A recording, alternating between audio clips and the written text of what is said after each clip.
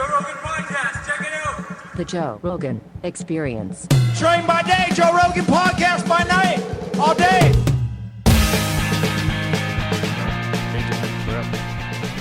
We're doing this? Yes. I'm glad you brought Hecklefish. You did not have to do that.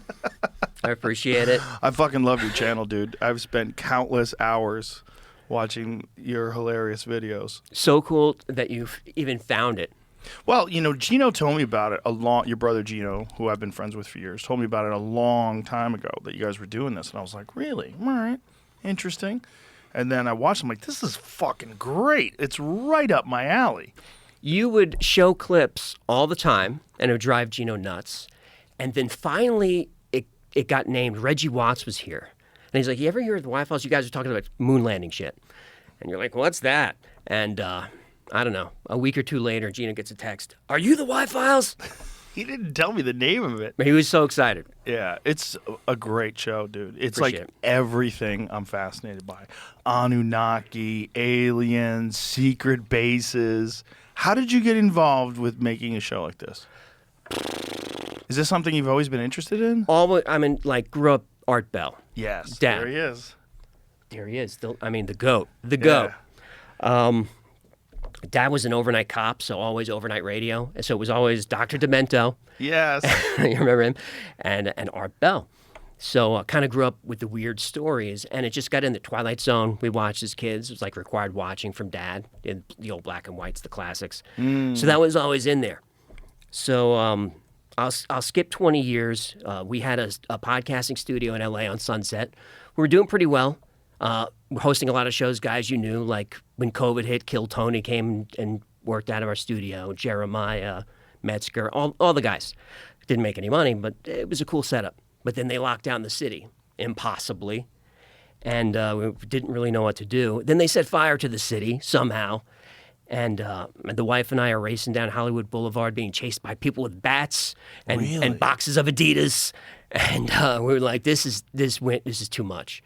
And we just started packing, and that's it. We got out. And I didn't know what to do.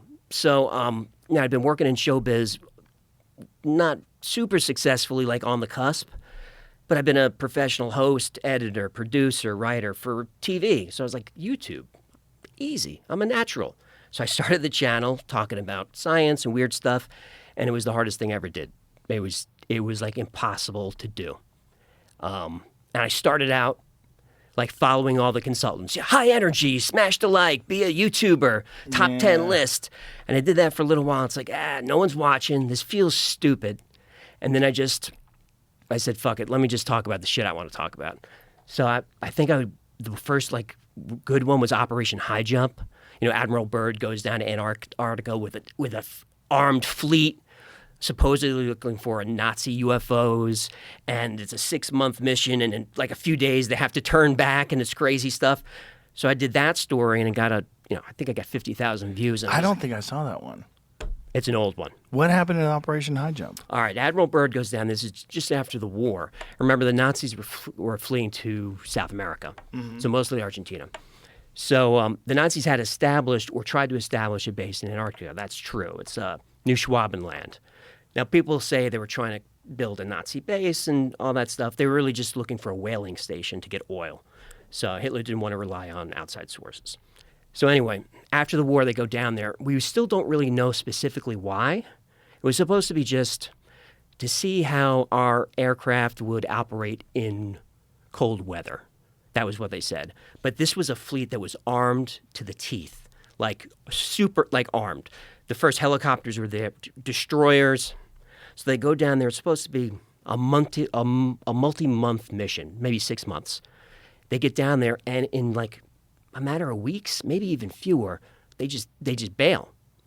And no one really knows why. There's a press contingent there. No one knows what's going on. And Admiral Byrd starts giving these weird interviews. And the first one was in Spanish. It might have been either Argentinian or Brazilian newspaper. And he talks about how there could be these craft that attack the United States from the poles, and craft that can fly pole to pole. And people were like, what's that? And just sparked this crazy stuff. And you can hear him talking about these things. So High Jump goes down there to look for stuff. We don't really know why they left. Admiral Byrd was talking about these crafts? Admiral Richard E. Byrd, this famous guy, flew the North Pole like a super badass. He was, on paper, the commanding officer, but he preferred to just fly his plane and do stuff. So the legend is they get down there, Admiral Byrd takes his plane, starts flying across Antarctica, and sees patches of green. And he can't believe it. And he's on the radio saying, I'm seeing this, rolling hills, sun is shining. He just keeps flying. It gets greener and greener. And then he's like, I just saw woolly mammoths. Woolly mammoths grazing in the green. And he keeps going, and he's on the radio, and then he's talking. I'm seeing all this stuff. The sun is bright, and then radio contact goes out. He's flying and flying. Suddenly, he's engulfed in light, and he doesn't know where he is. The green is behind him. He's just flying in light, just trying to get his bearings, and then up beside him, 2 flying saucers just kind of next to him. Almost like, the F-16s trying to wave you down. Just 2 flying saucers. And he looks over, and they have swastikas on them. And he's like, uh-oh. So he's on the stick, and he feels the stick shaking, and then the stick just goes dead. And then he goes down with the UFOs, and they just land into a cavern in the hollow earth, right? So that's how that happens. And they take Admiral Byrd out, and they're tall aliens. With swastikas on their crafts. On the crafts. Like the ancient symbol. I don't know, which Because would be it would- reversed, right? Well, I think there was a bunch of different versions. I think the Nazi one, it was like kind of tilted. Yes. But there was a bunch of the Hindu ones and a lot of the Japanese ones. For thousands of years. Yeah. A positive symbol of life and prosperity. We don't know how they were oriented because I debunked all this. I'm telling you the legend. Right. Because that's kind of my format, right? Right. I get you excited. We should explain that to people. You get everybody all jazzed up, and then at the end, you kind of... I get so much heat for it. Yeah, it's fun. And I watch the numbers. Like, as soon as I say, but is it true? Like, everyone's done. Nobody wants to know the no truth. one wants to know. They want to know fun. And then I'll get the hate mail. You ruined it for me. So what is the truth? The truth is, a lot of that comes from Admiral Byrd's diary, which was discovered years later, which was not his diary. Right. Horseshit. And he flew the North Pole, not the South Pole. But here's the interesting thing. He was in a single-man aircraft that only had so much fuel. He was, which can only fly for a little bit, he was out of radio contact for 3 hours. Nobody knows where he went. What was his take on it? We don't really That's know. it? That's kind of... So it's just he went radio silent for 3 hours, and then would- the legend grew. It's like he did that interview as soon as they got back, and then something must have happened because he got real quiet. But he would go on TV and he would talk. But the pole-to-pole thing was he was just warning that the poles are a vulnerable space. Like, we need to keep an eye on the North Pole because if there's a base on North or South Pole, you can attack from there. So let's keep an eye on that. Was kind of his point.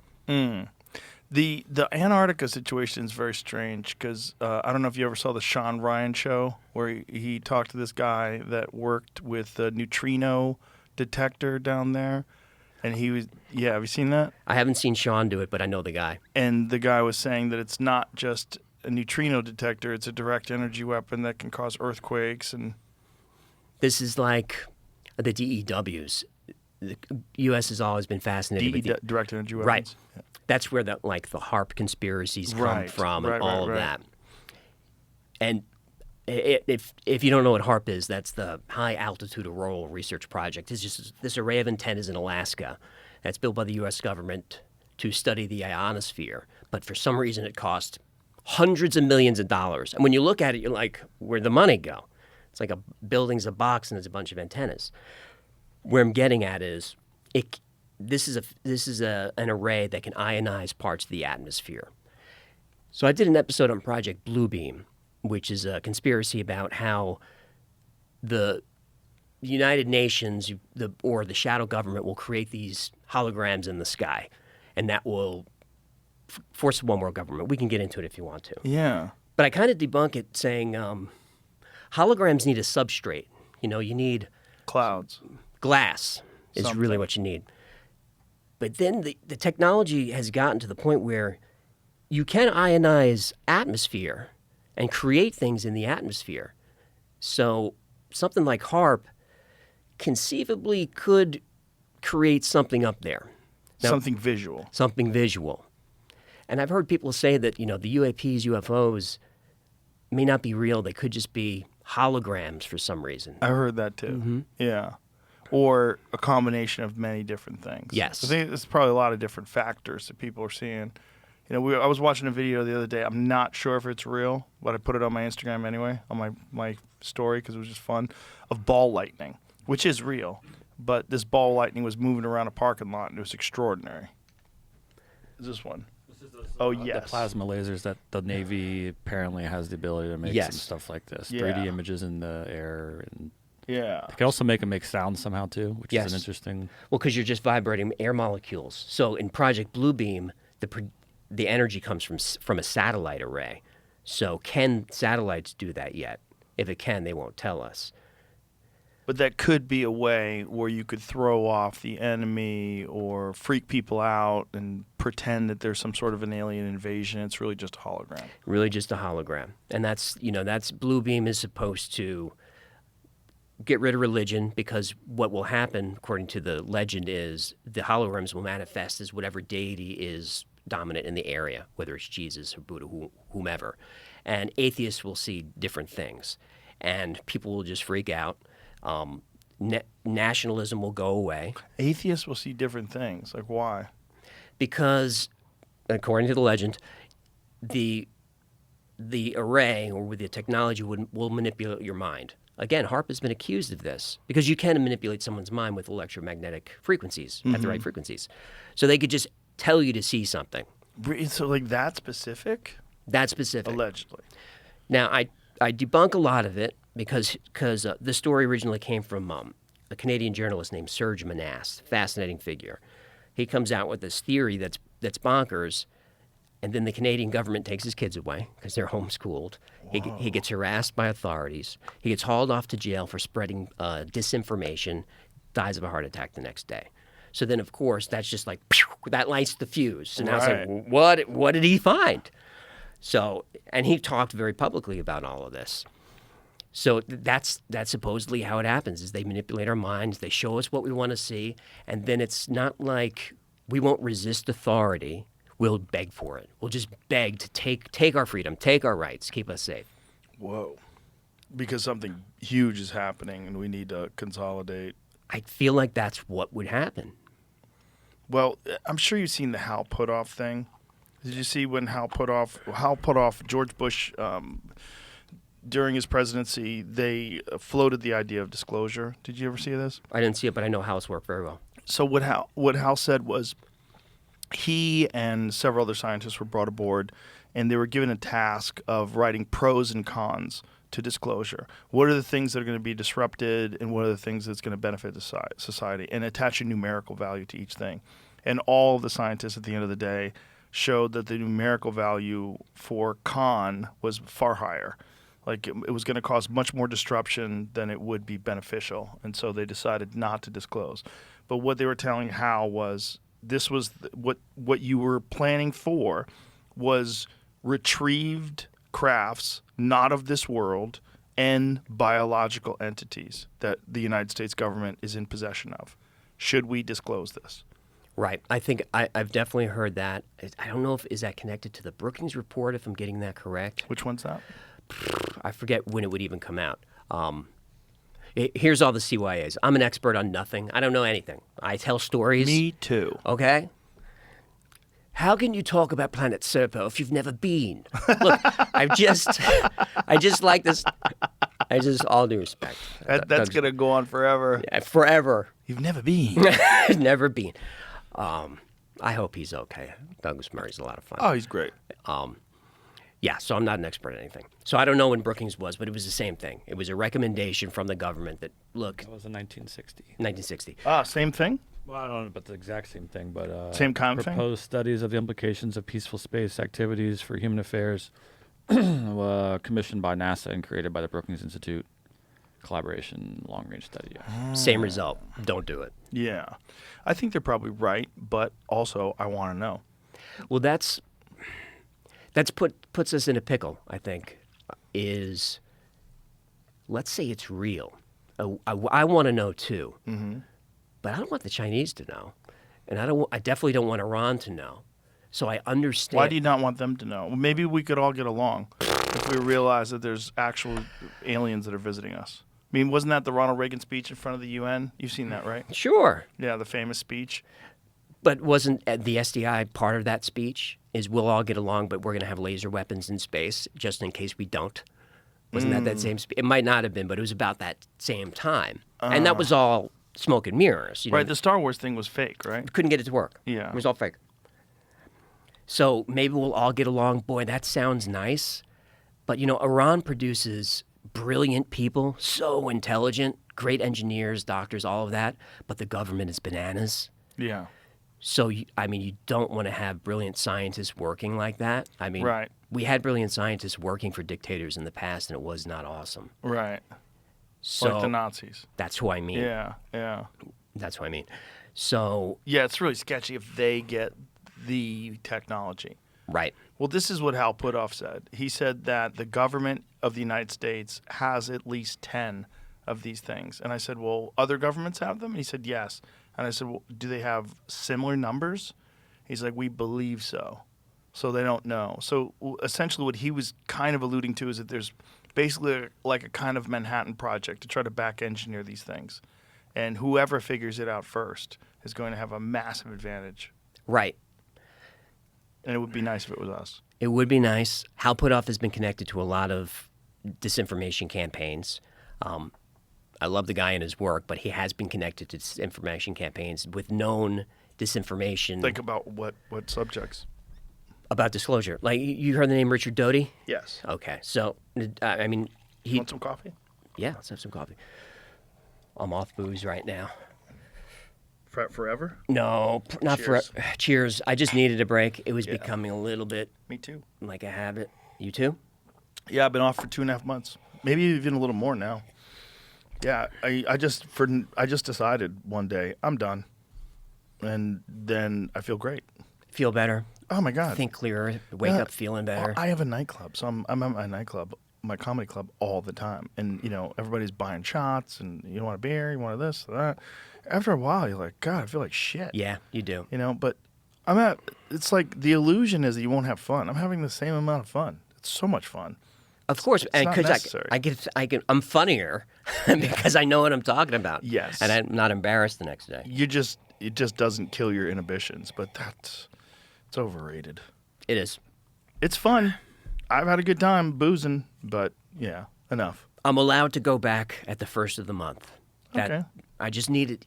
You need to quit vices once in a while, if anything, just to prove that you can. Yes. Yeah, it's a good thing, just to prove doesn't have hooks in you. Right. Yeah. I can quit whenever I want. I know. But can you? I've taken a few days off of social media, and I always feel better, but I always go right back in.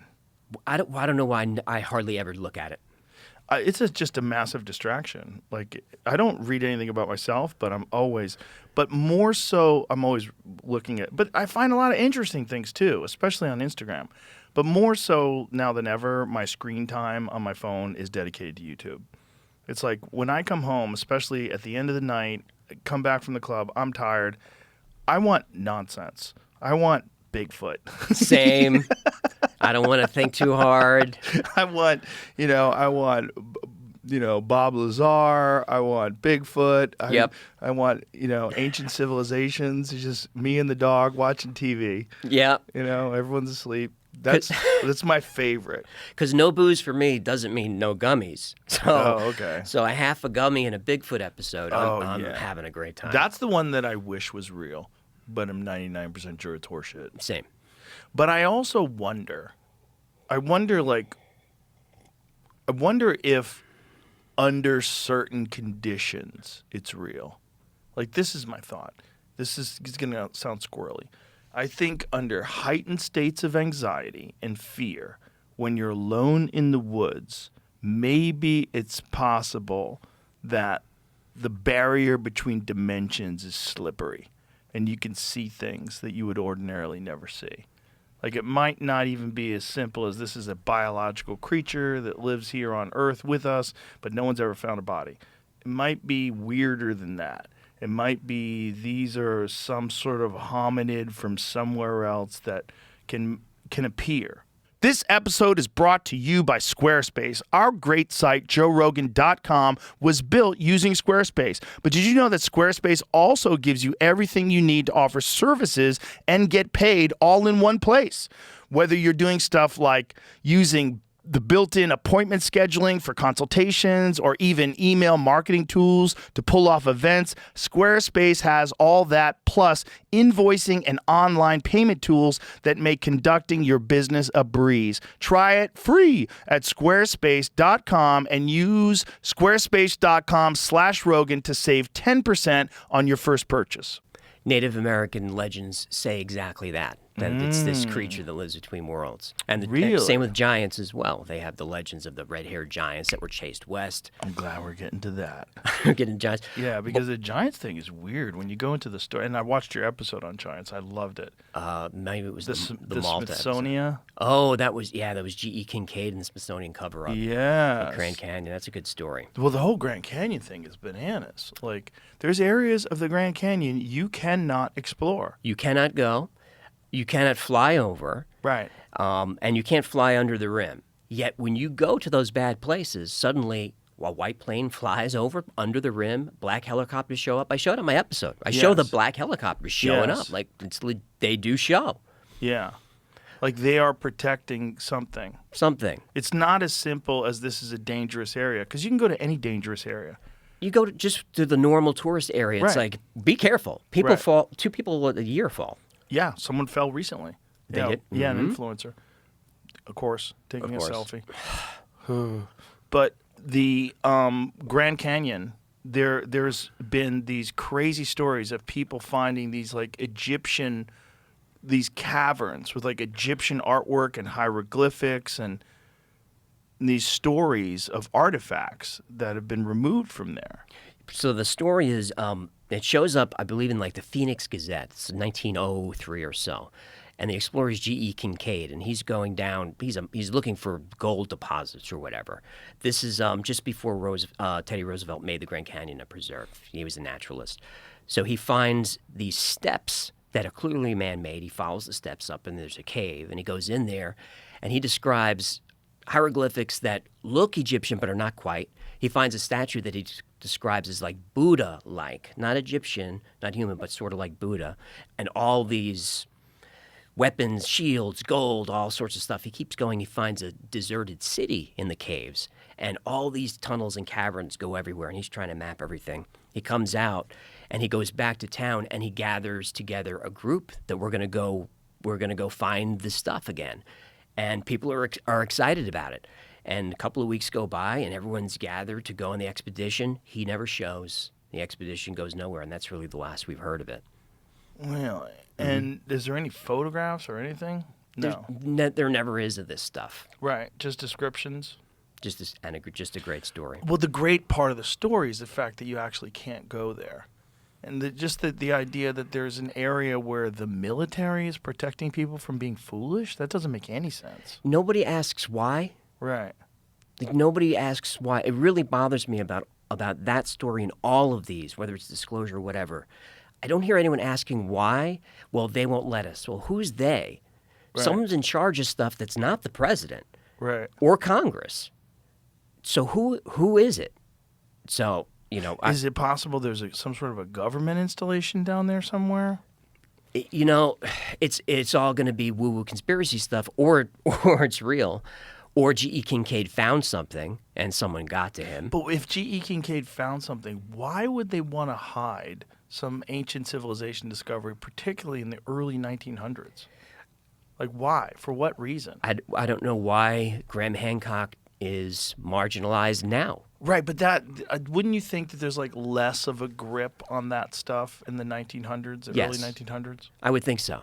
Yeah. So my guess would be treasure and money. That would be my guess. Is it shows up in the paper, the government goes down there like, there's a lot of stuff down here. Let's grab it, send it to the Smithsonian, who keeps 99% of the stuff under wraps. They have, a billion items that nobody can see, and then that's the end of it. Yeah, but what the fuck? Which I would love to know the official reason. See if you can Google.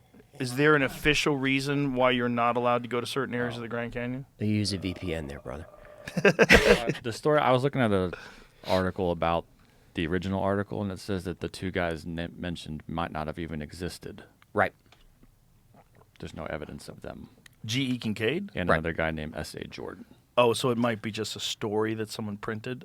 Some horseshit? Yeah, when I was looking into one of these things before, I found something explaining that back in the early 1900s, when newspapers were a really popular thing to read, I don't know if it was like a game or if there was actual prizes people would play or like amongst themselves to try to get fake stories printed. If you could get the craziest story printed, you win like $500 or. I might be wrong, but I think Jordan was connected to the Smithsonian, at least according to the story. I pulled this from the Smithsonian Debunk, which, I mean, obviously they would if this is the way we're going to go with it, but them debunking this, and they gave two links, one to the original 1909 article and one to a 2008 update, and that's where I was pulling that from. I don't trust the Smithsonian. They're exempt from all kinds of stuff. Yeah.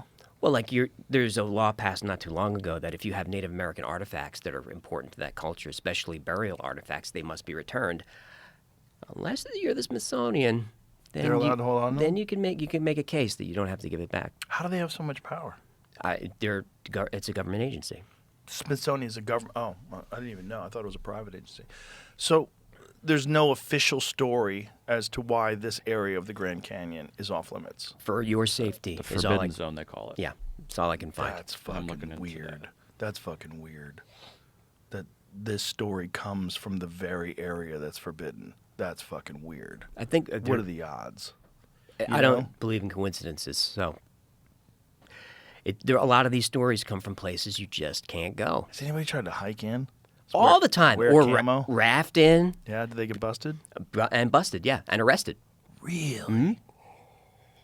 You could find Fuck, you could man. find online. I wish I knew the names of a team that went up there. That's who found the black helicopters, and I used them in the video, and I credit them. So you can find their videos. They're up there for an hour and a half, trying to find stuff. And what they found up in that Forbidden Zone is anchored into the ground a giant hook, Right. or like a loop. Yeah. Like, I what saw would that. you use that for? And that would be to rappel down. That's the only reason that would be there. There's no explanation for what is this. They also found artifacts from that era, from the early 1900s, artifacts that people were there. So it's possible that they rappelled that, like they might have been standing right above that entrance. And there are reverse angles of that rock face that look a little weird. It could be pareidolia, but What's pareidolia? pareidolia is the mind's ability to see objects in random noise. You know, it's something we evolved to, to see predators in the forest. That's why if you see a cloud that looks like a Abraham Lincoln, Right. it's not Abraham Lincoln. It's pareidolia. But debunkers will always fall on pareidolia. So like the real believers, they hate that word. God, that would be. Imagine. Everything would have to be rewritten. If they found some evidence of a lost civilization with no connection to any known civilization that was advanced, that was living in the Grand Canyon. Did you ever think about going To the Grand Canyon? to go and just be an outlaw and go see? How would you get in, though? I mean, if they have black helicopters and they're scanning the sky or scanning the ground with some sort of a drone or a plane, We go in, we live. are you planning something? No, hold on. What no. should we do? I don't have. I'm in. I don't have a contract. All right. So this is it's already dangerous me sitting here, but I got your back. If I go. Yeah. Yeah. Because even if they drag you out, questions have to be posed. Right. Why couldn't I go there? What did he do wrong? Well, he violated this area. Okay. Well, how come? Yeah, well, when you think about how dangerous the Grand Canyon is overall, there's not a safe area. It's literally a canyon. You could fall at any of a million spots along the way to your death. Have you Wha- been there? Yes. It's Incredible. Incredible. You couldn't paint a better picture. But as you get closer to that edge, you can feel your amygdala going, back up. Yeah. Like it's seriously dangerous. Yeah. God, the problem is I want to believe. With Same. all these things. And yeah, same. Most people that enjoy your show. We want to believe. That's why it's so fun. And I don't believe in most of the stuff I talk about. But when I approach a story, I try to find as much evidence as I can to support it, and I also want to find the other side, so that what we're left with is some truth. And not all stories can be fully debunked. And I've had my mind flipped a couple of times. You know, crop circles, hollow moons, some really crazy shit have flipped me around. Crop circles is a weird one. So weird. It's a weird one because when I first saw them, I'm like, what is that? And then I saw that these guys were doing them with boards and string. I was like, oh, it's just people being silly. And then I watched a whole documentary about how the energy that bent these things over caused these nodes to explode as if they'd been cooked in a microwave. Correct. I'm like, what? And then you find out that the actual stalks are woven together. Correct. It's not that they're pressed down, they're woven together. And that these are complex geometric designs that would have taken people weeks to map out. And there's no footprints leading up to it. There's no roads, no machinery, no evidence of any use of any kind of machinery. And these things appear like that. Like people have flown over an area and then flown back an hour or two later, and there's immense football field size, perfect geometry that no one can explain how it was created. Correct. So the nodes in the stalks, the node is like a knuckle on your fingers. So those are there for phototropism, to bend toward light. So what you're talking about is these things are bent over. They're bent over at right angles. It can only be done with high energy. But also around these crop circles, they're finding microscopic metallic spheroids in around the circles. And that's not a conspiracy theory. They're finding them. And there are these magnetic fields around the circles. And you can see videos online of people going into these crop circles and their hands start to get red. Things are happening to them. So I went into crop circles thinking it was all guys with boards. Mm-hmm. But then when you watch people with boards making a crop circle, it's a mess. They can't do this. And you cannot bend the nodes of reeds and weave them together in a perfect... You can't do it. So that was, as I'm doing the research, I'm like, all right, 99% of them are fake, but there's this 1% that I cannot explain. The famous video where you see the orbs circling around the field in England and then the crop circle slowly starts to emerge, has that been debunked? Semi. It's controversial because the guy released that video, I don't know his name offhand, allegedly went to a visual effects house. Oh, boy. And released it. But they somehow put that thing together in a matter of hours, which is suspicious. So in my episode on it, I said, all right, here's what the skeptics say. But, you know, in the 1990s, to do that kind of VFX work, because it looks real, I don't know. To me, I'm on the fence about it.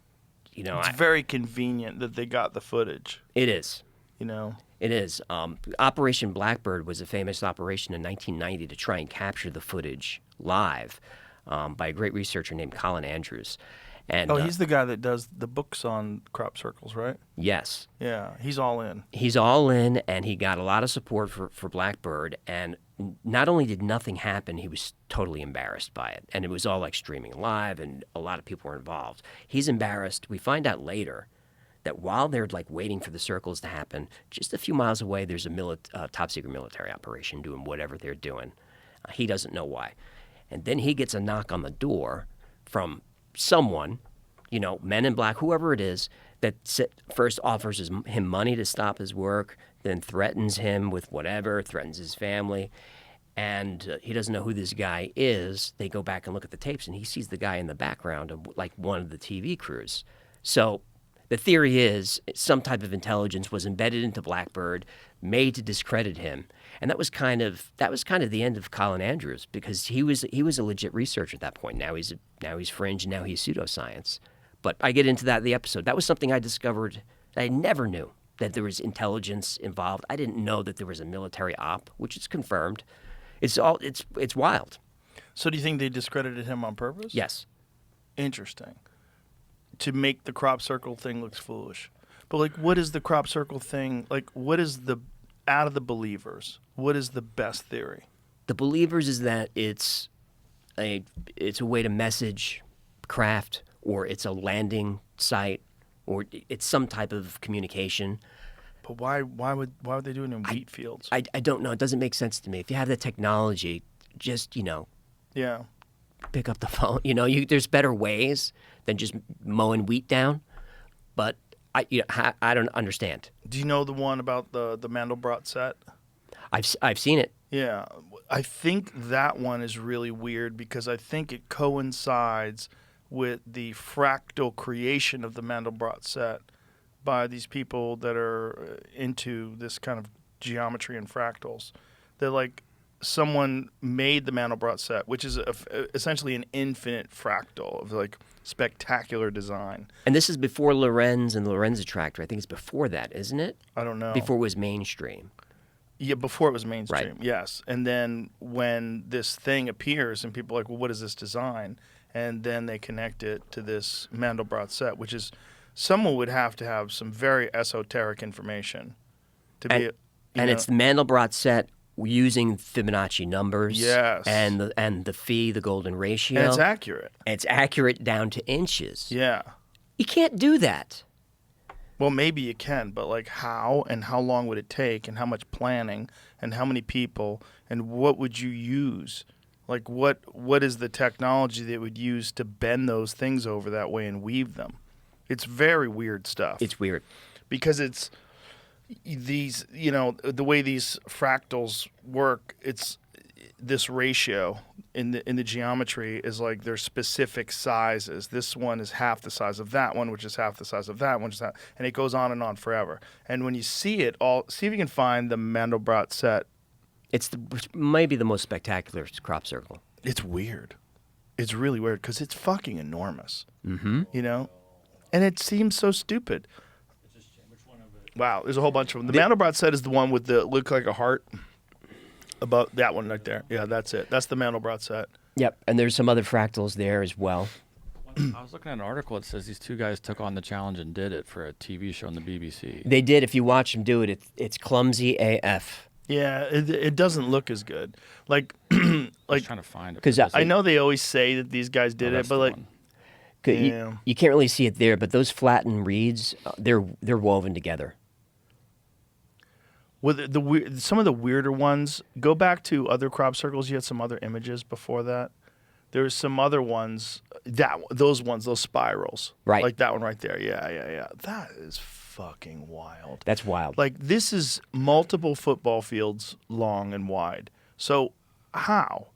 Make that one a little bigger, please. And one of these, I don't know if it's that one in particular, showed up right next to Stonehenge. Like a tennis ball throw away. Like, that is crazy. To not, first of all, if you're on the ground, all right, just the measurements alone to make each one the equal distance between circles, in the whatever 6 different blades that you have that stem from the center, they're all the same distance, they're all the same size. The small circles are the ones that are most interesting, because how hard is that to do? Right. And they're uniform. And Yep. it's like, what is that? Like, what the fuck is that? And if that is a hoax, it's so bizarre that it's only these 2 goofballs that were making really shitty ones with boards and strings. And yet there's hundreds, if not thousands, of these like really complex ones. Yeah, that exist. those are the guys that are on. You can see them doing it live. Yeah, but those guys, there's no way they had enough time to do all these things. And it looked terrible. Janky, look, he's just trampling it. Yeah. I mean, look, you can certainly make crop circles with a string and a board. You certainly can make crop circles. But it always gets connected, like believing in aliens and everything else. But it's not, no one's even saying aliens. Like, it could be some sort of energy from something that we possess, something that humans possess, that they somehow or another aim at these areas. Like, what is that one above it? Go that one right there above, like right there. What the fuck is that thing? Look at that. They are in the same count. 80% of them come from the same county in England. Which Now- is also weird. Now, people will correct me in the comments, but I believe that middle piece of geometry is a hypercube, isn't it? Isn't that a 4-dimensional cube? I don't know. A tesseract? It does look like it, but Like, what the fuck? How long would that take? That seems like that would take a long time to do. Stonehenge is under constant surveillance, and circles show up overnight.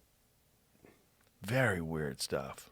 There's an interesting I conspiracy mean, what the fuck, dude? to crop circles that we can get into later. Wiltshire has the most crop circles in England. Yes. And it's mostly in England, too, which is also weird. And mostly in Wiltshire. Like, is there some sort of a theory by the kooks? Ley lines. Ley lines. That they're happening on these segments of energy that intersect. What is that black and white one, Jamie? Click on that one. It's just a. No. sorry. The one, that one. What the fuck is that? Wow. Wow, on a That's mountain. Crazy. That could be in sand, I think, 'cause those look like sand dunes. Is that what that is? Circle 16. That's crazy. I've never seen that one. It's wild. I mean, just the amount of time that it would take to do these things. So, ley lines. So this is the theory? That's a theory. Have you heard about ley lines? Kind of. It's this alleged grid of energy that circles the Earth, and almost like how magnetic fields work. And these energy lines have intersection points, and on these intersection points are things like Stonehenge, Giza. It's in snow on a mountain in France. Wow! Where are the tracks in? What? Okay, what the fuck is that? So this is No footprints, no There's tracks. footprints right here. yeah, but that Where? could be Right That here. could be the people that discovered it. Right. though. Oh, there's a guy that did it though. Oh, the They're guy- not- oh, it's an guy- artist an that eye- did this. the This guy isn't. actually These aren't did crop it. circles. This is an artist doing it. That's I kind of see. what I was trying to say. Fucking incredible. An artist did that? Yeah, it has the guy's name on that first picture we had here. Amazing. Simon Beck. So the artist angle is a conspiracy angle. There's a man named John Lundberg who was part of a group called CircleMakers.org, which is an art project and also a sociology experiment. He would make fake crop circles to see how people would react. Years later, Lundberg and some associates created a documentary called Mirage Men, which is an excellent documentary. And it's mostly about Richard Doty and his disinformation campaign on behalf of the Air Force to discredit the UFO community, drove Paul Benowitz nuts. Bill Moore, who's the guy who essentially brought Roswell out to the public. Bill Moore was taking payments and being fed information from Doty to muddy the waters in the UFO community. He finally came clean in '89, was booed off the stage at MUFON, and everything just unraveled. So it's all disinfo. Boot him off the stage? Because he finally said, "Look, I've been working with the government. A lot of the stuff I've been saying, they told me to say. Majestic 12, all this stuff was coming from Doty, and they didn't want to hear it. They didn't want to. And his career was basically over that day. Wow. Bill Moore. There was no Roswell story before his book, and that was Doty.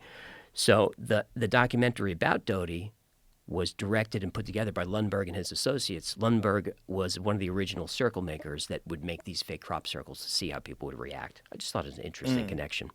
But it's interesting because clearly some people are making these. But, like, what was the origins of it? Because I'm sure you've seen that image from the newspaper of the devil with a scythe. You know what I mean? And they're talking about crop circles, like, back in, like, the 1700s and 1800s. 1678. Yeah, 1600s. Wow. First crop circle ever reported was in 1678. According to the story, farmer and a crop mower were arguing about the cost of harvesting the farmer's oat field. The farmer was furious at the mower's price and stormed off, swearing that the devil himself should harvest the crop. That night, a dazzling light lit up the oat field, and in the morning, the farmer discovered perfectly round circles in his crops. He was so frightened by the circles, which he thought could only have been so neatly mowed by the devil or some infernal spirit, that he abandoned any attempt to harvest the field. That's a little sketchy. You're scared of circles? Come on, pussy. Really, though? If there were crop circles in my backyard, I would be a little nervous. I would be curious. It's not terrifying, right? They're not something that would scare me away from harvesting my crop. No, I'm more afraid of the government than I am of, that stuff. Crop circles don't seem to be killing anybody. No. But it's like, so ley lines. So these things are to differentiate areas so they could see them from the sky. Is that the idea? The ley lines are the energy lines. A mystical energy. It's not a scientific energy. And where the lines intersect is where you see sites like Machu Picchu, Giza, Stonehenge, all these ancient sites. There's the ley lines. Oh. But ley lines is, it's semi-debunkable because if you connect enough lines, you're going to find patterns. You're going to find Right. geometry. Right. You go looking for it. Right. Yeah. Just very weird stuff. Like I said, I used to think it was total nonsense until I saw some documentaries on it where they were talking about the nodes. They were talking about some of these things are just so complex and they appear so quickly. The nodes and the braiding to me was like, okay, now Yeah. I got to change my approach to this. What do you think it is? I don't know. I think it's beyond us. It's just we're just monkeys trying to guess math. I don't know. Every time we make a guess on this show, someone's laughing. Of course. Yeah. Someone's like, they think it's a landing site. Well, it's one of those subjects that if you even entertain it, you're almost immediately a fool, which I'm super comfortable with being a fool. I entertain a lot of foolish ideas. But that one is particularly foolish because people will always point to those guys with boards. And I'm like, not so fast. Yeah, those guys with boards definitely made some circles. But there's some of them that are really spectacular. They are. And it just doesn't. And when you factor in the nodes and you factor in the weaving and then these incredible geometric shapes, like how are you even mapping that? Like how are you doing that? How many people are involved? How long does it take? It would take people so long, it would never be that accurate. Yeah. With ropes and boards, I just don't see it. Right, but like it leaves you with this weird mystery. Just like what is this? I wish I knew. It's just one of those things that like it's almost like the universe is laughing at us. Every now and then it just shows you something that's like so goofy that you have to go, well, what is real? It was a hoax, but a great crop circle was the Arecibo response. Do you know that one? Yes. That was a great one. Yeah. We sent the Arecibo message out, but had all the symbols on it that. And it sent it back with like a half a alien face. Right, and it showed Yeah. where in their solar system they lived, what their DNA was like. It was a great one. Who did that one? I don't know who did. I don't know if it was Circle Makers. I don't know who it was, but it was a hoax. But it was like a really well thought out one. Well, that one kind of looks like a hoax. Like it's so on the nose. You have a alien face in the crop circle. Wasn't that different than the Arecibo response? Wasn't Is it? I forget. I think they were related. I'm not sure though. The response Yes. I thought was so cool. I thought the Arecibo response was aligned with that UFO thing, the alien face. See if you can find the crop circle that says it, Jamie. You could be right. As soon as you see the alien face, you're out.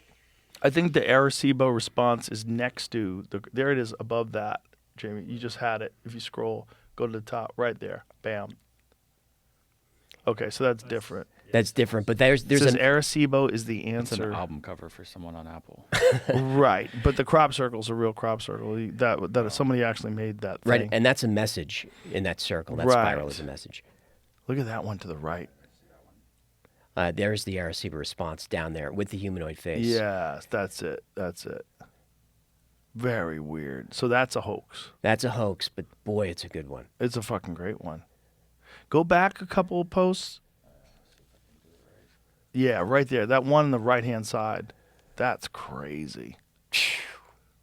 It's the small circles that get me. Well, it's fucking... If it is a hoax, it's amazing. That is just so weird.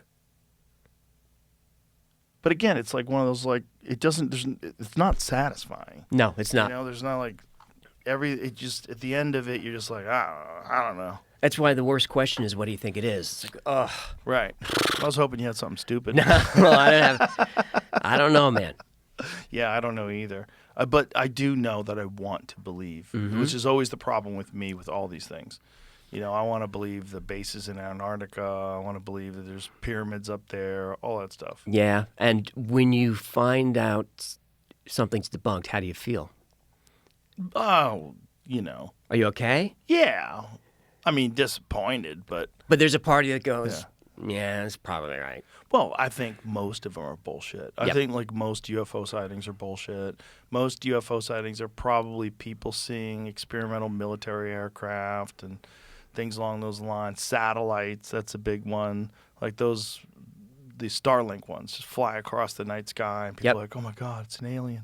It's not an alien. You could see him with Just your a naked eye. satellite, Yeah. But if you didn't know what it was, it looks like a fleet It of does. ships flying across the sky. And the way that they alternate lights, it looks like there's an intelligence to it. Right. Yeah. Yeah. I've never seen anything myself. Have you? No. Gino has. What did he say? Gino saw it, and I think maybe Jeremiah said he saw the same thing. Gino saw a giant orb of light over the Pacific Ocean, and he watched it for a long time. And I said, "Where's the photo of it?" And he said, "I was so in awe, I didn't even think to get out my phone." It's like, man, but that's a common thing you hear. Right. Is you're just so in awe, you don't think I gotta Right. selfie this. Right. You probably, if you actually saw something, there's a high probability that you'd be so freaked out, you'd be just in the moment, like, what? Yep. And Yeah. Gino's legit. He's not No, not not a bullshitting. bullshit artist. Yeah. No, I've talked to Dave Foley had a sighting. He saw something. That blew Gino him talked to away. Dave about. They saw the same thing. Yeah. Well, there's always the question of like what's going on off the coast, and I'm sure you're aware of this one. We actually talked about it the other day, but we never found it. There's a structure that's off of Malibu in the deep water that was available on Google Maps. Was a structure. And now it's blurred out. Yep. But it looked like there's openings in it. There's a top that's flat. It looks like Looks like a base. a base. Looks like a base. Yeah. If And now it doesn't. now it just looks like blurry water. Yeah, like why does it look different now? Like what's going on? With a gun to my head, all the weird stuff is in the ocean. It's not from another planet. Really? Nah, I don't know. Who knows? But it makes a lot more sense that the stuff we're seeing, it's the best place to hide is just deep water. So not from another planet originally? Like maybe originally and that's where they make their base? It's hard for me to square how to travel great distances. It's hard for me to square that. I know that we've got the Albuquerque drive and warp drive and all these theoretical things about compressing space-time and all of that. I get it. But it's hard for me to think that that's solvable.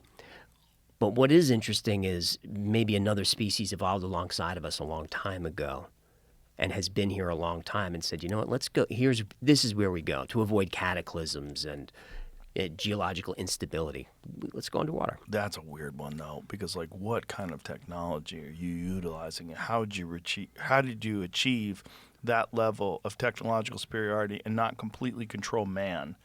Because if I was an intelligent species that was capable of developing bases under the water, I'd be super concerned at all the different things that human beings are doing to ruin things. Like if we had chimps that all of a sudden had flamethrowers and they were lighting the jungle on fire, we'd probably take their flamethrowers. So like we would turn off a nuclear reactor. Yeah. Right. So we talk about humans. If this theory is true that they evolved here, there were no humans. Humans are 300,000 years old. That's not. It would take whatever species a lot longer than that to evolve to this technological level. And we've seen the craft just zip into water with no displacement. Right. Where are they going? And there are unnamed whistleblowers, anonymous sources that say there's a base near the Bermuda Triangle. The Navy knows about it. They know not to get close. It moves around a little bit. I'm going to do an episode on it soon because it's just too good not to. Corroborated by another biologist who said he worked with the retrieval team, and yes, there's stuff. And what this base does is it from raw materials creates craft to go on specific missions. So there's always the question, why is there a saucer? Why does it look like a pyramid? Why is it this? It's because they're custom built for a mission. And there's an AI and a species down there, and they say, all right, we're going to go survey Mount Hayes in Alaska. Super fascinating place. So we only need a scanning gear, some propulsion, and we just build it. It fits in an orb, send it out, does its thing, comes back, and then it gets broken down to its parts. And then another mission, build it. It's going to be a triangle. It's going to be this or that. Does its mission, comes back. To me, that makes good sense. A good way to do that, a good way to conserve resources, not have to go out and get stuff. I like the theory. It's a fun theory. It's a fun theory, yeah. It's a fun theory also that if you were creating bases here, like say if they're coming from somewhere else and they want to visit us, it would be far more logical to develop some sort of a base with resources and where you could observe things and they can exist there completely undetected and then be able to go to wherever they're from back and forth. But when they're here on Earth, they would be undetected. Right. And the ocean is literally 70-something% of the Earth's surface. And we've mapped, I think, 2 or 3% of it. Yeah. It'd be a good place to hide in plain sight. That's what I would do. And to make things from raw materials, meaning like molecular level stuff, you're totally off grid. We don't need to strip mine. We got everything here. Right. And if you have something that's a transmedium vehicle, so it doesn't displace the water, it works on some sort of a warp drive or something. I think you have to get into interdimensionality then, and it gets a little wild. But if you're not displacing air or water, that means you're phasing through matter, Right. which is theoretically doable because everything is mostly space. Well, they said they've mapped things going under the water 500 knots. Right, without making a splash. Yeah, no ripples, no discernible waves. Just Greg Louganis right in there. Yeah. Nothing. 500 knots under the water. I mean, what the fuck could do that? The amount of energy you'd have to go through that much resistance of deep water, 500 miles an hour, 500 knots. Right, look at how when they do missile tests from subs, how those things are just like, trying to get out of the water. Yeah. And these things just go bloop Yeah. and nothing. Well, that's the weird ones. But that would make you also think like maybe it is a hologram. Because if there are these transmedium things. But the thing is they're seeing them with radar. Right, which means heat signature or mass Right. or electromagnetic displacement. Or if it is some sort of photons, like some sort of a projection, would that not have some kind of a heat signature? It would if it was ionized air. That would be plasma, so that was hot, if that's what it is. But when they go into the water, we see them under the water for a second, and you don't see any refraction. Right.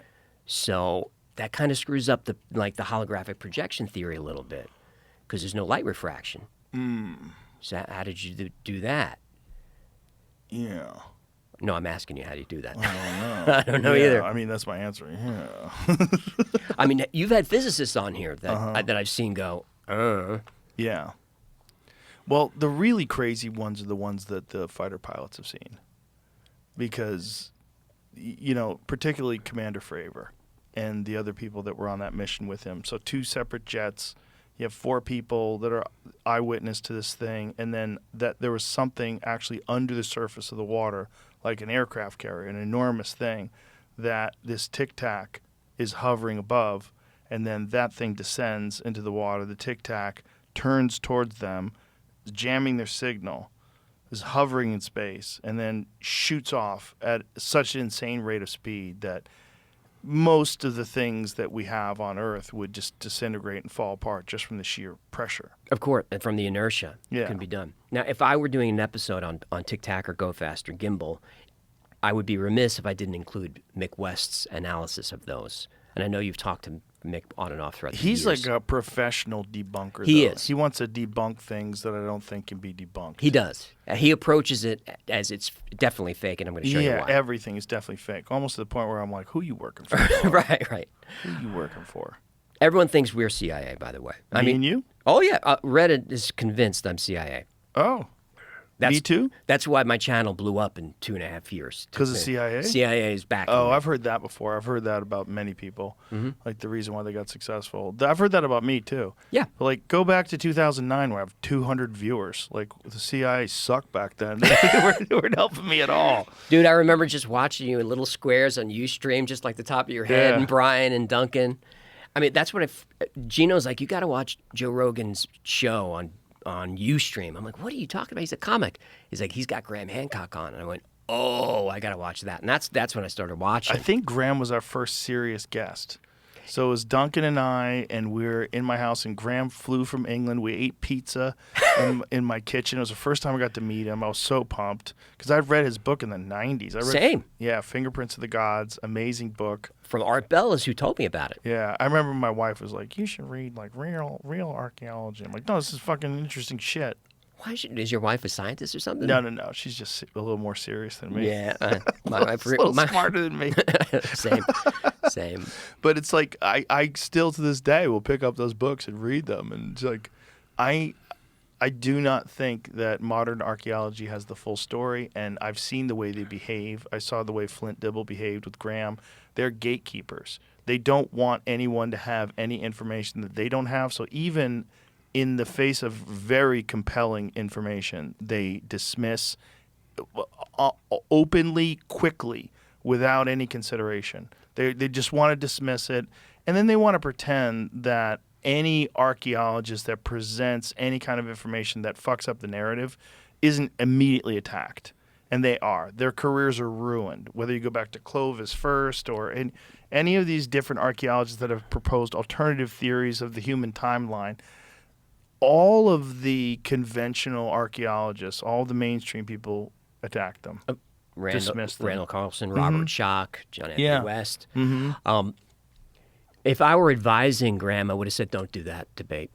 Don't do it. There's no way to come off. You're not going to convince anybody, and you're just going to come off not looking great. And I've seen his response on his own site. And he's even said that was probably a mistake. He wasn't prepared enough. But you'll never be prepared enough for a professional debunker. You just won't be. They'll have too much. So I would have told him, don't go into the lion's den. Well, the problem was he wasn't being honest. Flint was not being honest about the information that we have, particularly about offshore shipwrecks. He was just not honest. Nope. And the amount that they have discovered, not honest. And Graham didn't know that at the time. And also the timeline of like how old these are. When you get to 5,000, 6,000 years, there's no ship left. All you have is like the pottery and whatever is on the ground at the bottom. And if you're talking about 10,000 years, 15,000 years, who's to say that that's not completely covered by sediment by then?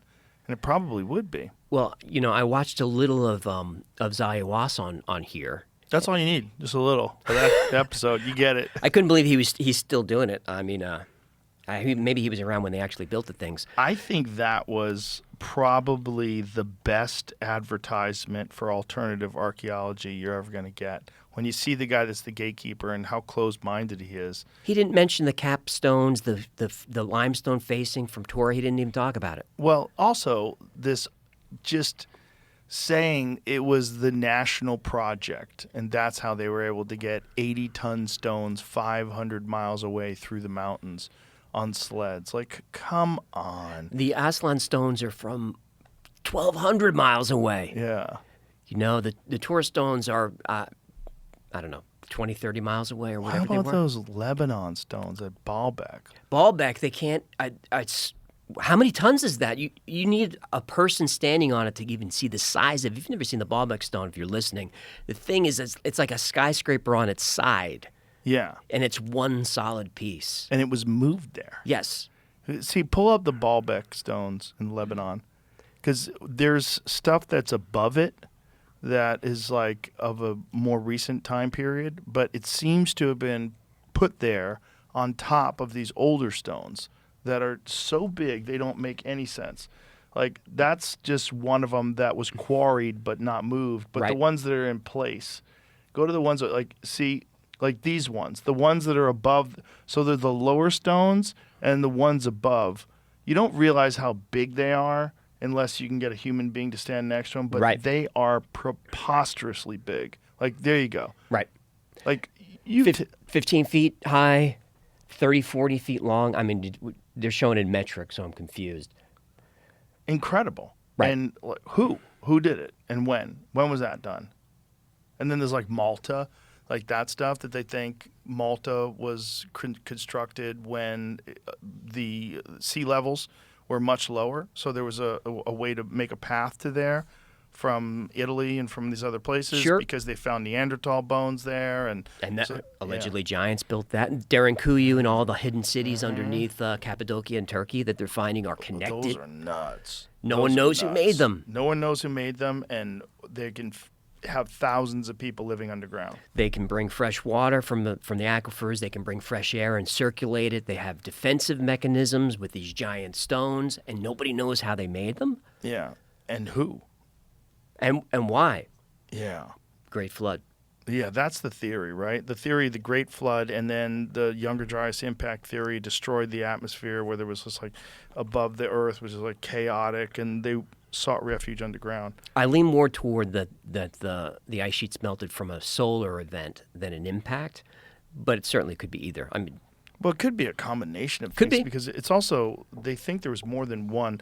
The impact event happened. They know this based on core samples, iridium, the nanodiamonds that come from impacts. this is And- the Greenland impact. Yeah, not just Greenland, North America. They think I think they found the evidence of this stuff at like 30% of the Earth's surface where they believe these things had hit. I think we got bombarded. Right, so that would be like flying through an asteroid field, like Mm-hmm. like the Leonids or the Perseids and the Taurids. So the remnants of some giant object that is rubble, and then we Right. just fly through it, which means we fly through it frequently, We fly through it twice a year. twice a year. But we don't always, most of the time we get lucky and it's not a hot one. But like what there- happened but there with are big- Tunguska. Tunguska, right? That's great. This And is it's- 1907. And in the same month that we passed through that comet field. That's right. Yeah. Right, that's over Siberia. And that was an airburst, I believe, because there's no impact crater. Mm-hmm. Right. But it flattened like millions of square miles of trees. And it's still fucked to this Sti- day. Yes. Yeah. Yeah. There's images of that if you want to look up that. There's actual like film of it. It's crazy. It looks like a bomb went off. Yeah, we're in a shooting gallery. Earth is flying through a shooting gallery. There's 900,000 near-Earth objects that are just hovering around out there. And NASA says we track most of them. The Because in those fields with the Perseids, Taurids, there are big objects. There are Earth killers in there. oh yeah, And Apophis is lurking. Apophis is the big one. That's due to fly by in a few years. what's that one? That's a giant asteroid. That's I think it's due to fly by maybe 2030 something. How big is that one? I'll get it wrong. I mean, I'm going to say a million things wrong today. I'll hear all about it. But it's a planet killer. Like it's a civilization ender, and it's going to fly near. Like we're going to be able to see it during the day. 375 meters across, about the size of a cruise liner. It will pass within 32,000 kilometers of Earth's surface on April 13, 2029. Now stop there. That's closer than the moon. That's way closer than the moon. Yeah, So that's about 70,000 miles, where the moon is 250. 250 to 300. So we're going to see that. Wow. You don't want to see that in this. You don't want to look up and see that. Well, just knowing that ones far larger have passed through. Mm-hmm. And then we know for sure a bunch have hit. For sure. Chichen Itza, that one. All right, Chicxulub, but that was Yeah. pseudoscience until that father or son went down there and found it. Mm-hmm. And that wasn't that. I think that was when I was growing up. The dinosaurs died. And that was a conspiracy theory. The Right. asteroid. Right. And they found it. I think around Found the 1980. Yucatan impact. Yeah. And that's under the ocean. And the iridium Yeah. matches it. Yeah. All that is really spectacular stuff. It's just like when you look at the moon, you see the craters all over it and you realize, okay, this is what happens when you don't have an atmosphere and you also don't have water and you could see everything that hits. Like the whole thing. The whole thing. Well, why Covered. But why are there so many fewer impacts on the other side? Are there? Fewer. Really? I don't know. The moon. I have a.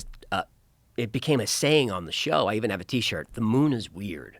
Yeah. Like Gino's my weird topic guy. It's like, what should we talk about? He's like, do hollow moon. So I went into that story thinking this is the dumbest shit I've ever heard. Right. The moon is hollow. And I'm doing the research. About halfway through, I'm like, the moon is weird. And then by the end of my research, I was convinced that clearly the moon is a hollow spaceship that was brought here from another part of the galaxy, and it's here, and the lizard people are absorbing our soul energy. That's the only explanation for it. Probably not true, but man, the moon is very weird. Well, it's also weird that the alignment and the size and the distance of the moon makes the eclipse perfect. Like, what are the odds of that? What are the odds that it is the exact distance from the sun so that when the moon and the sun align, it's exact? Right, it's like a 400 to 1 race. It's exact. It's nuts. Like, But you could debunk that by saying the moon is getting further and further away. right, but why is it perfect? What I mean, we have not found a planet in this solar system or anywhere else that has a giant moon right next to it. Quarter like the this. size of the Earth.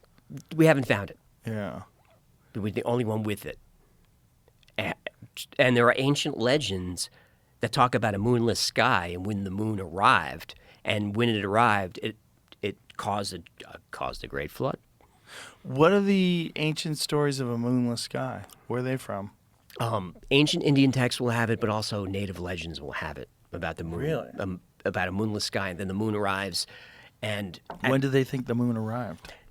it's hard to tell. You know, I always go to Younger Dryas, but who really knows?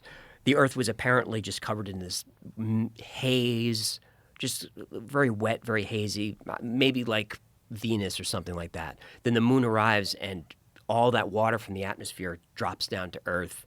The tidal forces are crazy. There's a huge flood, and everything just settles. And then the moon is here, and the moon is now like the guardian of the planet, which it really is. We couldn't really survive without it. Because it stabilizes our atmosphere, right? It stabilizes us and Stabilizes our orbit. our orbit and our spin and our axis. Yeah. Like when there's a major earthquake, the Earth changes speed. The spin like our spin, it changes like measurably if there's a big earthquake, and if there's a lot of those, that could throw you off the axis. But the moon steps in like a bouncer and it settles things back down. So the idea would be that some sort of a superior civilization placed the moon there to ensure our survival. I don't think they care about us. Really? No, I don't think so. How come? Again, we're in very speculative territory because nobody knows. Right. But I would think it would just be for resources. Hey, this place has a lot of stable water. That's it? useful. Don't you think they would be fascinated with us as an emerging civilization? And like I always say, that if we found a planet that had cave people on it, like just starting to learn stone tools and stuff like that, we would for sure be interested in them. We'd be so fascinated. And we would probably try to accelerate their learning curve. You think we would? Yeah, definitely. Yeah. Yeah, well, think of what a lot of these jerk-offs have done with, like, uncontacted tribes and stuff like that. We're always trying to intervene and do something with them. You know the dark forest theory? No. It's Lucian Scher who wrote the three-body problem and all of those. Oh. So dark forest theory says that if you attain a certain level of technology, the best thing you can do is just be quiet. Because the universe is a dark forest, and the first person to stick his head out dies, because you don't want a competitor in your region. So as soon as a culture gets close to some technology that they're on a path to threaten you, you got to take them out. You got to halt their technology. The three-body problem is kind of based on that. That's what they do in the books, and that seems to make a little more sense to me than sort of this altruistic, hey, let's help them, the Star Trek approach. Let's make first contact and all of that. I like, human nature is a tricky thing. We're very selfish. You and I might want to see those people and help them along, but there's a lot of people that would not want a competitor in the neighborhood. Yeah, maybe. But what if they don't even think of us as a competitor? What if they're so advanced? Like if they're millions of years advanced, wouldn't they like this is the thing that Diana Pasulka and Gary Nolan and a lot of these people that study crashed retrievals, there's a term that they use that these are donations. Right. That these vehicles are donations, and that the idea is we're supposed to look at this and formulate new ideas through reverse engineering.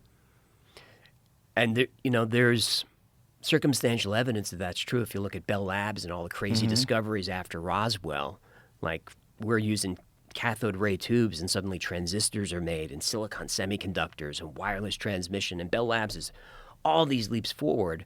Fiber optics, laser technology came out of Bell as well.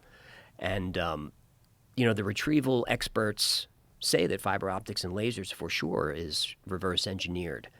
And it kind of makes a lot of sense because it seemed to have come out of nowhere. Suddenly Bell Labs has it. But it's my question is where is the stuff? We've got World War II. We go into Korea in 1950, and at the time, Russia Russia had the MiG-15 was basically on par with us. I think we had the F-86 at the time, and MiG might have even been better. So that would have been a great time for some advanced tech. But America did catch up and exceed the Soviets about 51, 52, during Korea, and then has been superior ever since. But you would think that after 47, with the Soviets there, let's get some of this anti-gravitic stuff going. Yeah, maybe the problem is that you're working in this very compartmentalized environment, so you're not allowed to share with all these different scientists. So because of that, there's no collaboration, which is necessary for real innovation. You have to have experts from a bunch of different fields analyzing all the different aspects of it. This is what Lazar pointed to, the problems that they were having at S4 when they were trying to back engineer this stuff. He's like, you can't do science like this because everything is so top secret and so compartmentalized. The metallurgists were not allowed to talk to the propulsions people, and no one was allowed to talk to anybody else, and everybody was just like, what the fuck is going on? Like, right. What are these things? They didn't even tell him, allegedly, if the story's true. They didn't even tell him where this thing came from. They show it to him, and there's a United States flag sticker on it. And he's like, oh, this is ours. Oh, that makes sense. And then he's examining. He's like, oh, no, it's not. Like, there's no seams in this thing. Like, what is this? What is the metal? Why is it designed for something that's 3 feet tall? Like, there's no controls inside this thing. Like, what is this reactor? How does this thing work? There's a chair. Yeah. There's a couple of chairs. It looks like there's a neural interface, maybe. You hear a lot of the scientists, their frustration. Like, if I could just talk to these guys. Right. I'm picking up an EM field from this. The metallurgist would be helpful here to tell me what's going on. I keep coming across spinning mercury all the time. Spinning mercury. The spinning mercury engine has been part of the lore since ancient India has the Vimanas, those craft. If you look at the ancient texts, it may have been in the Mahabharata. Yeah. But they allude to this liquid metal. And then you fast forward to like the Nazis building the Bell, the Die Glocke. That was a mercury engine. And then we fast forward a little further, Mark McCandlish and the ARV vehicle, the flux liner. That's spinning mercury engine. So spinning mercury keeps popping up. And spinning mercury would cause some type of field. What that would be, I'm not a scientist or physicist, I'm not sure, but it would certainly throw off a bunch of ions that could maybe be harnessed or used for something. Well, it's like we're trying to explain things to us based on our current understanding of technology. Like, glass was invented a long time ago, but imagine showing up with a brand new Samsung Galaxy S25 Ultra with Gorilla Glass, in that thin frame, and looking at that. They were, what the fuck is this? There'd be statues of you for 1,000 years. Well, you know what glass is, and you know what metal is, right? Well, this is glass and metal. You're like, what? What? No, what the fuck is this? We took sand and made it real hot, and it made it clear. Huh? What? And Right. you can drop it on the concrete and it doesn't break. Right. What?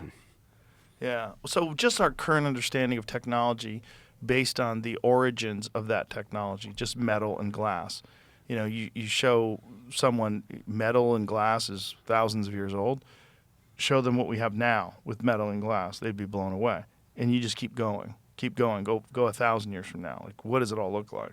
It's like probably some sort of gravity propulsion system, probably 3D printed, so there are no seams. Right. Yeah. And that's the frustration about disclosure is how far could we be by now? Right. Had there been disclosure in 47 or whatever. It's even more of a psyop if it's all bullshit. Like, it's a psyop if it actually is like, wow, the government is actually really good at one thing. They're good at keeping secrets about UFOs. That's right. But if they're not, if it's all bullshit, like, boy, how weird that we've been like focusing on this nonsense. Like, as a culture, it got in the front page of the New York Times in 2017. But meanwhile, it's all nonsense. Right. That's almost less likely. Well, if you look at what Doty did in the 70s and 80s with Paul Benowitz, when Benowitz discovered this advanced technology on Kirtland Air Force Base, he called the base and said, "Hey, I think there's UFOs." So they send Doty out. He was Air Force Intelligence, OSI. They send him out to Benowitz, and he's like, "Paul, I think it might be UFOs. It is aliens." And Paul gets a little bit wacky, and he starts intercepting signals from outer space, and they're sending him messages, but it turned out it's really the NSA rented a house across the street. And Paul is committed at some point. And then Doty, over the years, changes his story and says, no, a lot of it is actually true. But Doty is also, he said as recently as 2019, Hal Puthoff tried to recruit him for a disinformation campaign with ATIP. Really? So Hal Puthoff has been a part of disinformation campaigns. Allegedly forever. And what have they been doing with these disinformation campaigns? What have they been trying to muddle? Just to keep guys like you and me fascinated and trying to figure stuff out while they can just operate their advanced technology in peace. Like, let them think it's aliens and UFOs. That's fine. What a dirty thing to do to Filthy. us. In the 50s, they were very public about anti-gravity. It was in the Yeah. papers. Yeah. The G engine, they were talking about it. And then suddenly, whoosh, quiet. Yeah. Jesse Michaels talks about that all the time, the Townsend Brown.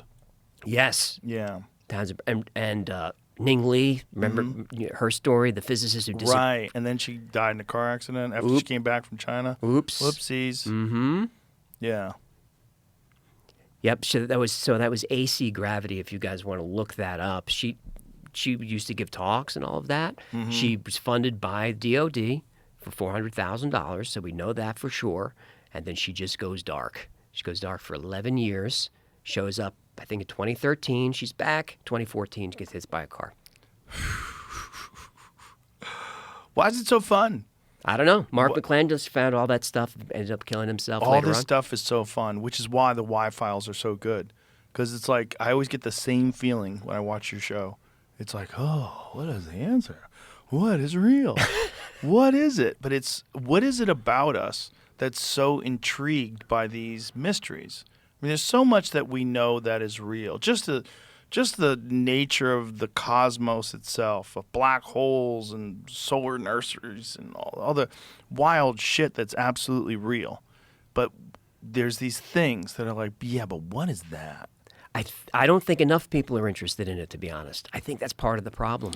Well, don't you think it's because for the most part it's dismissed, and if you engage in it, so like if you're a normal person, not like you or I, but if you're a person that has like a job in an accounting firm, you're like a very respected, legitimate person, especially like pre-2017, pre the New York Times article, and you want to start talking about like gravity propulsion systems that the government's been hiding, and that there's back engineering programs, they've got crashed UFOs, and there's one of them, it's only like a couple 100 feet wide, but you go inside of it, it's the size of a football field. Like, Right, like what? the TARDIS.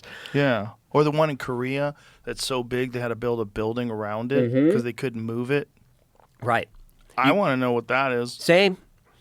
I wish more people were interested in it. I would almost be willing to run for president just to get access. Just if I ran for president, the company would be in shambles, but everybody would know everything about UFOs. Dude, you have no shot. I have no shot. They'd kill me for sure. I can't believe the things you say are news. Oh yeah, well, it's because news is like really dead. Yes, that's News is true. slow. They're angry about independent media. Well, they are, but it's also the news is not. So their business is just clicks. And what better way to get clicks than I said something crazy? And so then, and then it also kind of supports the idea that we need to be gatekeeped and someone needs to, be able to stop us from spreading misinformation, or my favorite term, malinformation. This is something that came up during COVID, that we need to stop the spread of misinformation, disinformation, and malinformation. Malinformation is real information that is true and accurate, but would be negative in its impact to society, which is it's bonkers. Crazy. We can't live in that society. Well, they're making us infants, right? They're saying we can handle this, but the vast majority of you, even though we're all supposed to be equal and the government's supposed to be working for you and serving the people, no. We will have this information and we will know what we're doing, and you won't be able to have access to it because you're not ready for it because you're too stupid. They lost. They lost already. They just don't know it yet, but they lost. Yeah, they lost a long time ago. I'm gonna put out an episode about how dragons are real, and when I get to the debunk, I'm gonna say nothing. They're real. Peace out. Triangular spacecraft. What is this? Stumbled down a little rabbit hole and found a patent that exists or did exist. It was abandoned in 2006. This could be I forget the Look at title. this. The SR was a 7R B. There's a T3B. So this is like the 3B. ones that they always see, like the Phoenix lights and that one. So it says a spacecraft having a triangular hull with vertical electrostatic line charges on each corner that produce a horizontal electric field parallel to the sides of the hull. This field interacting with a plane wave emitted by antennas on the side of the hull generates a force per volume combining both lift and propulsion. What? Wow. Gives all the math, but like I don't know how What? to do this math. And if someone, we need to get you Eric know, here. Someone can look at it and be like, "That's not real." Get but Eric Weinstein to like do that math. It hasn't been made, obviously, or that we know of. has, That's Jamie. right. That's And what I'm saying. surprised it's not classified. There's other, according to this article, that's where I found it. There's what it was about the T3B thing. Right. So that's a real experimental aircraft. Does America have a reverse engineered UFO? Whoa. But This goes back to 1991 with the Desert Storm. There's reports of what they called a TR-3A, which looks a lot like what the stealth bomber kind of is, Yeah. but also Whoa. Yep. no confirmed. TR-3B is said to be like nothing we've seen before. This was what I got to from Liquid Mercury. I was trying to find stuff about it, and there's theories that people say that like this is probably what they're running off of. It's supposedly Or could powered be. by a reverse engineered anti gravity drive that was recovered from a crashed alien spacecraft. The TR-3B is where reports of UAP performing seemingly impossible aerial maneuvers intersect with stories about very real aircraft. Read the next paragraph. There are lots of claims over the internet about TR-3B's anti-gravity drive, most of which include using nuclear power to rotate highly pressurized mercury to produce plasma and in turn a gravitational field. Whoa. Something about the Mercury. Have you ever heard Eric Weinstein talk about this? There's a college in upstate New York that has an incredibly overqualified physics department, and they're attached to a hedge fund that does Bernie Madoff type numbers. Yes. And he thinks the whole thing is a cover for some sort of advanced physics that they have been keeping a lockdown on. And it would make total sense. I mean, SRI would be another good example of that, right? Where Hal was in the 70s, Project Stargate and all of that, and Stanford. Yeah. The idea that the government can't keep secrets, like, what about Epstein? What? Come on. People ask me all the That's time, in front of everybody's face, and they've kept the list a secret. we're never going to see the list. Stop asking me. You're not going to see the list. Why not? Because all your heroes are on it, and they're on it a lot. It's never coming out. Yeah, and I have a friend that thinks like a lot of the world events that you're seeing, one of the reasons why people support it is because of Epstein, because of the list, because people are compromised, because no one can talk about things, which is like really wild. So the government can keep some secrets. Manhattan Project was yes. secret. They did a great job with that, and that was one that, it was a race between us and the other foreign powers. They were all trying to come up with a nuclear bomb first. We did it first. The idea that there's no way that we could have some sort of advanced propulsion system and that modern physicists would be aware of the state of the art and they would tell you, yeah, no, this is not possible. I don't think that's correct. I think you could probably, if you were working on something and you had a very specific hierarchy and you were really good at compartmentalization and you were recruiting these people at a very early stage in their career, people with promise, these geniuses, giving them a very high salary, a prestigious position, but then everything's locked down. Cell phones, email, they're under constant surveillance, and if somebody steps out of line, like the lady in Maryland, the Chinese lady. Yep. And a lot of them. Yeah. A lot of them go that way. Yeah. I'm skeptical about a lot of the whistleblowers, especially the ones that come out of Air Force intelligence and all of that. Me too. Even when I'm talking to them, I'm like, Well, I mean, I kind of have that needle of skepticism, and it starts with: do you have a background in intelligence? Yes. Right. Military intelligence, Yeah. Air Force intelligence. Yeah. Are you still on the payroll? Right. Did you get your information cleared from the Pentagon? Yeah. Do you have a book? yeah. And it all goes. Did you release some photos that were fake? I'm over here. Then you go Bob Lazar. He has none of that stuff. Did the government target you? Did they try to discredit you? Yeah. Have you been ostracized? When Lazar came out, I think it was to George Knapp. He didn't say his name. Right. He didn't have any books. The first book, I think, was with him and Jeremy in 2019. Right. So Lazar, to me, is the most credible of the whistleblowers. Right. But Jeremy and George just had a whistleblower a couple of weeks ago who's pretty credible. He's a young guy. He's clearly nervous, and he has some very interesting information about what is it, Immaculate Constellation. Which guy is this? I don't remember his name. It's very new. Is that the bald guy? No. No. The ball guy I think is Air Force Intelligence, still in payroll. This is a kid whose career is ruined, and he's maybe in his 20s, and you can see he's clearly nervous. And what is his claim? His claim is that he was going through some files. You know, he's got top secret clearance, and he found the Immaculate Constellation project, basically a PowerPoint presentation. And his job was just to sort these files. And he's looking through it, and suddenly it's like, whoa, this is about recovery and alien craft. And he did the right thing and went to his superiors and said, you know, there's a leakage. I saw information I maybe wasn't supposed to. I'm just letting you know. And his superiors were like, forget about it. And he's like, and that was it. It's just no reprimand, no nothing. I just went back to work. But he was too fascinated by the document, so he kept pursuing it. And now he talks about it. I don't know his name, but if you track down, you know, Jeremy and George, you'll find it easily. That's the kid. Yeah. So here's a way that I would kind of try to debunk that if I was being logical.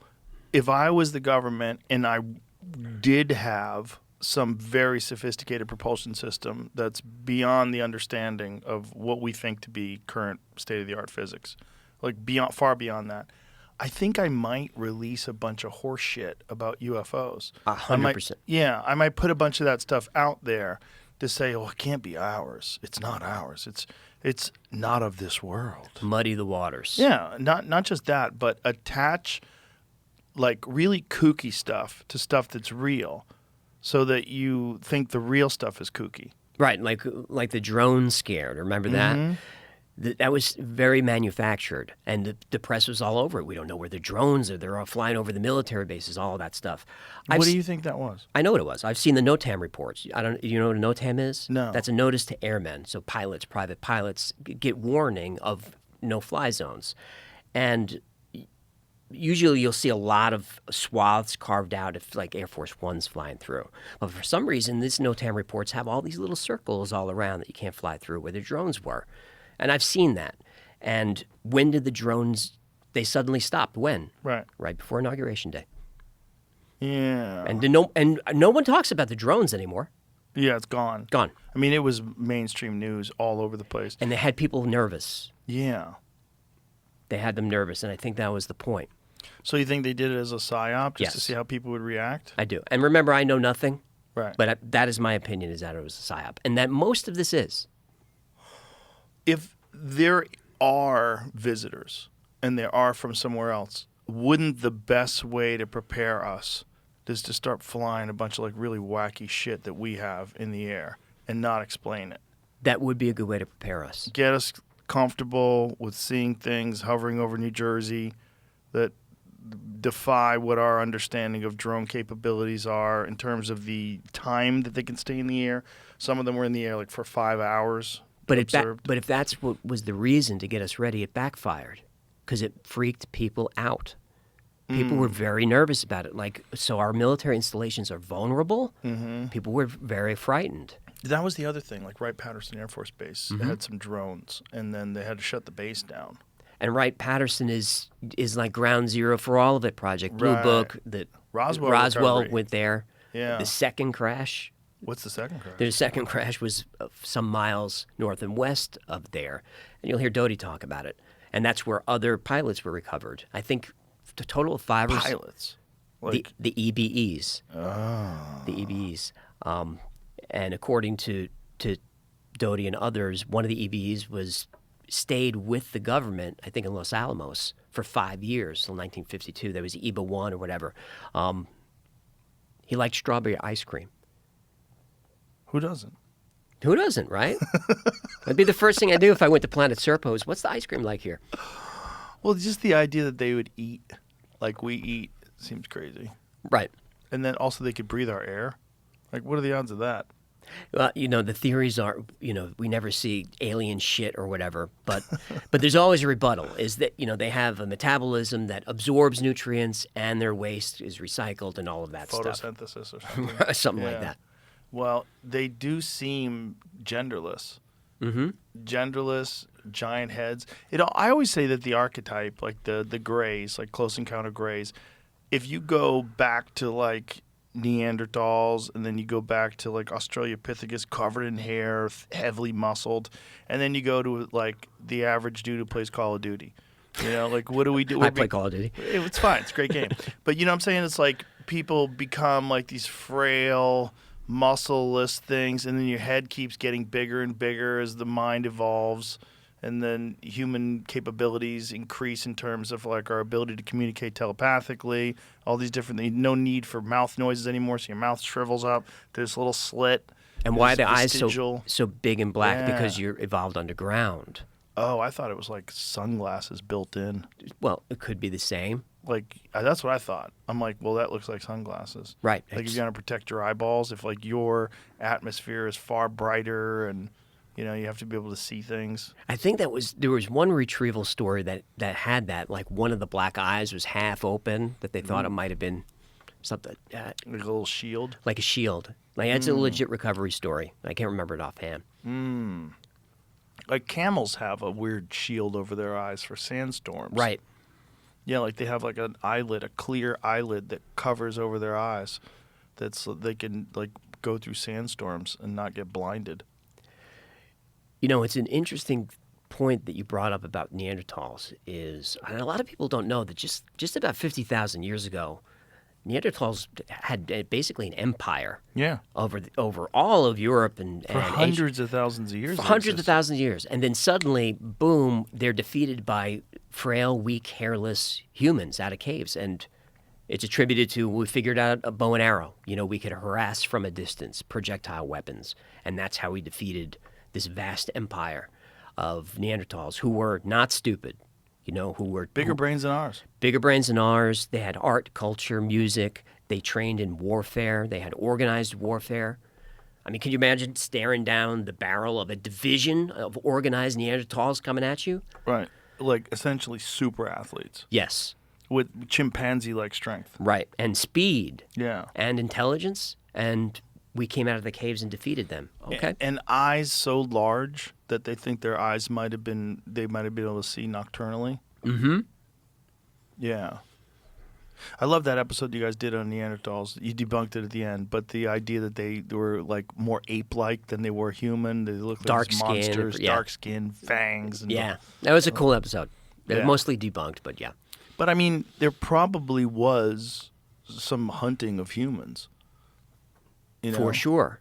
And when you're dealing with something that's a far superior physical specimen, Yeah. When you much denser bones, Sure. much stronger than us.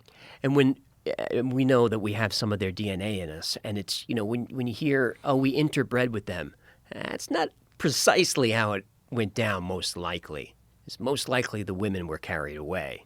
That's how the interbreeding happened. Yikes. Uh-huh. Yikes. Or horny men and some lonely Neanderthal lady. Some dudes like a big lady. There's no Yeah. shame in it. Yeah, a big, thick one to They make you just- some fucking warrior children. That's it. Just want to be cupped. Someone's just got dense bones. I'm looking for a lady with a dense head. Let's have a dense baby. Yeah, what does their fucking language sound like? I don't know. It's like we used to think of them as being really stupid, and until they realized that their brain mass is actually larger than ours, and they were capable of language and all these different things. Like, okay, like how did we beat them? I don't know. That is a puzzle. The answer is projectiles. Well, it kind of makes sense. I mean, if we were the only ones to figure out bows and arrows and atlatls and all that kind of stuff, It would work. maybe, yeah. Especially if we organized, But you But could still. still overwhelm you Mm-hmm. can overwhelm a few archers we would just throw bodies at it. Warfare's been fought like that for humans forever. Just Maybe their overwhelm. language is too crude to allow for that kind of communication, like to strategize And you know what I'm saying? Like maybe their language is like very crude, normal day-to-day stuff. I'm hungry. I want to fuck. Like let's Right. kill these people. It was not complicated enough to say like we got an issue here. Like, Right. Here's the issue. We got to get around them from the back end. You know, and you guys got to distract them from the front. And this is what we'll do. You know. I mean, that's the only thing that makes sense. Yeah. But it still doesn't make complete sense to me. Well, why were their brains bigger than ours? That's the weird one. Like we associate larger brains with more complex thinking. So why would what we think of as the most brutish version of human beings? I don't know, but don't Neanderthal brains, even though they were larger, had fewer convolutions. So Oh, really? Do we know that? that's part of my research, which most of it's bullshit, but that's what I read. Large brain, but not as powerful. But Interesting. Well, so maybe the large brain was attributable to physical capability. just the fact that you can produce music tells me so much about your brain. And they produced music? They produce music and How do we art. know that? We found relics and artifacts of it, Of musical instruments? instruments and cave writing and all that stuff. They used needles and thread to make clothing. Really? Mm-hmm. Wow. Yeah, very strange that we beat them. That's a Neanderthal tool? Flute. A Neanderthal flute Some sort of flute. Whoa, a bone flute. made with the bone of your defeated enemy. Yeah, some dude you ate. Mm-hmm. Made a flute out of his shin. Ugh. Well, they figured out that death whistle back then too. That's sort of musical. Oh, the Yeah. Aztec death whistle. It's not the same, but Aztec death whistle. That's a scary one. Yeah. Brian Callen blew it on this show in 2019, and COVID started right afterwards. That's summon the demons. Yeah. Brian did it. Remember that? yeah, it was January 2020. Oh, It okay. was like weeks before. Weeks before the lockdown? COVID was already here. Might have even been closer. I think COVID was already here by then. It's like with the anti-gravity. Why can't we cooperate with the Chinese? Yeah. Nope. No, well, we No. kind of we know how to do that. Yeah. Yeah. It's also fascinating to me how many different versions of human beings existed. There's the Hobbit people on the island of Flores. Right. That's a Homo fascinating one. floresiensis, something like that. Floriensis, whatever it is. Yep. Yeah, the 3-foot-tall little furry creatures that they think had tools and Yep. wore clothing and all that jazz. Yeah, and there's even the different branches. Like Cro-Magnon is not really from our branch. Really? That's a different. Yeah, we branch from a different branch. So not There's only Denisovans. Dennis, right? And then what are the big head people that they just found recently? This is like super recent. Like there was an article that was made in December of 2024 about this other new branch of the human species that had much larger heads than ours, and they think it was like this really thick, muscular, like heavy human being. What is it called again? Julian. Julian. Yeah. Big head people. Yeah. So they disappeared around the same time as the Neanderthals 50,000 years ago. Have you seen the images of what the reconstruction? Go to some of the drawings of what these people look like. They look fucking insane. Were they taller? I do not know. I don't know how tall they were, but they look fucking cool as shit. Yeah. There was like a jacked one, wasn't Yeah, that's the one I want. Nah. That's one, but that's not the one we were looking at. We were looking at one that theorized that it was completely covered in hair. Interesting. Yeah. Big. So this is a very recent discovery. So how many? This is the thing. I think something like 90% of the species that have existed, we don't have fossils for. But 99% of species ever existed are gone. Right. But fossils are very difficult to happen because it has to happen in a mudslide. Somehow the body has to be preserved and it's mineralized. Right. I don't know how many dinosaur complete Right. fossils we have. Of like a T-Rex, I don't even think we have a complete one yet. But 1 or 2 billion T-Rexes lived and died on the planet. We have a couple of skeletons. Right. It's right, billions. Right. Yeah. And it just makes you wonder when they're finding things like this in 2024. How many are yet to be discovered? I mean, how much of the ground's surface has really been excavated to a very high level? Right. Yeah. Very little, and it's very difficult to even dig there. I mean, what's happening in Turkey is a shame with Göbekli Tepe, just paving over it and planting orchards on top of it. They've taken down the orchards. They They've did? taken down the olive trees. The problem with that was that, and this is Jimmy Corsetti had talked about this long ago, that the issue with them doing this is the roots are going to destroy the artifacts below. And they're like, no, it won't. And then turns out, actually it is. So they had to pull them. And so they pulled the olive trees. But they planted them purposely over the area, which is like, I'm glad Corsetti's out there. I like him, and I know him pretty well. he's And great. The Turkish government, I think, has banned him and is trying to get him in trouble here, trying to get him sanctioned. Sanction? How do you sanction a guy off YouTube? I For what? look, when CNN was going after you and they were like trying to get Spotify to cancel you, creators like me who go against kind of mainstream were very nervous because like if YouTube just pulled my show, I'm kind of fucked. Right. So it's like if they could take down Joe, we're done. Yeah. But they, Spotify with a lot of respect hung fast. Yeah, we've talked about that. Like, if I wasn't on Spotify and I was only on YouTube at the time, I might have been fucked. Do you Because mind? they were taking people down for actual, real, truthful information. Yes. That was, in their eyes, malinformation that would cause vaccine hesitancy. I'm Yeah. still no apologies. No.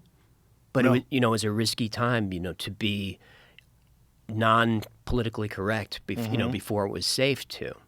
Yeah, it was a very dangerous time and weird because it's like instantly dangerous. Like, it wasn't like that before. Then all of a sudden, like anything you could say could get your career ruined. Yep.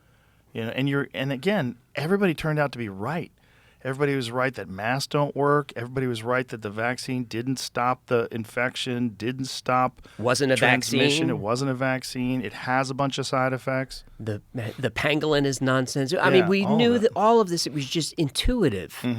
The lab leak theory was racist. Yeah, it was racist. Oh my goodness, the R word. To get They you tried destroyed. anything. They tried anything they could to silence any opposition. Why? You were going to say something. Do you mind? You were going to say you had a question, I think. I forget. We steamed over it. But we were talking about like the weirdness of that time, about how dangerous it was. Like, it was real touch and go. It was real weird. There was like a lot of forces that were trying to get me removed because I was talking to people that they were deeming quacks. One of them, which is Robert Malone, who has 9 patents on the creation of mRNA vaccine technology. I mean, these are rock solid credentials these people had. They weren't kooks like Jay Bhattacharya. All these people are Stanford, MIT, Harvard, all the people from the Great Barrington Declaration. These are the legitimate researchers and scientists that didn't agree with the narrative, and they were getting them removed from Twitter. And they had awards through their careers, highly revered and respected, and then suddenly no. It didn't matter because these people, unfortunately, had a conscience, and they were saying, well, this is not what I know. I am an actual expert, and I do not think that the information they're giving out is correct, so I'm going to speak my mind. And and then there's also a concerted effort by Fauci, and his group, to go after these people and to Yes. attack these people publicly. Yes, and when it was very early on, I forget even what paper I had released an op-ed in some paper criticizing a lot of this and lockdowns. Like my dojo was closed down and was trying to fight with masks on. So I was angry. And then within weeks of that, it suddenly became politicized. And I was like, now I'm fucked. And now it's a political issue? How is this a political issue? Right. But it was politicized. And I don't know why. I don't know why it was all shut down. I think it's all just money. I think the vaccine companies wanted to make as much money as possible, and then anything that contributed to vaccine hesitancy was not for the greater good of public health. It was because the more vaccine hesitancy, the less profit they would have. I think it's real simple. Yeah. I it's agree, gross. but that's really gross. It is gross. But it's also gross that they would prescribe it for children because it was totally unnecessary. So the only reason why they would prescribe it for children or mandate it for children to get into schools is because they wanted to make as much money as possible. And they made an insane amount of money. So it did work. It was effective. But boy, did it destroy a lot of credibility. It certainly did. And it definitely worked. Where my wife was working, it was a mandatory vaccine situation, but she was working remotely, so didn't really have to get it. But I can see that the narrative was starting to catch with her. And I'm like, honey, hold fast. This is a story. It was a left-wing company, and they're just following the narrative. They don't just hold fast. Don't get that shot. And she didn't. Yeah, luckily. I know people that did. I know people that have real fucking problems right now. Same. Yeah. Like they got long COVID suddenly. Yeah, and it's weird that long COVID is something that mostly affects people that have gotten vaccinated, but they want to call it long COVID. They don't want to call it vaccine injury. Nope.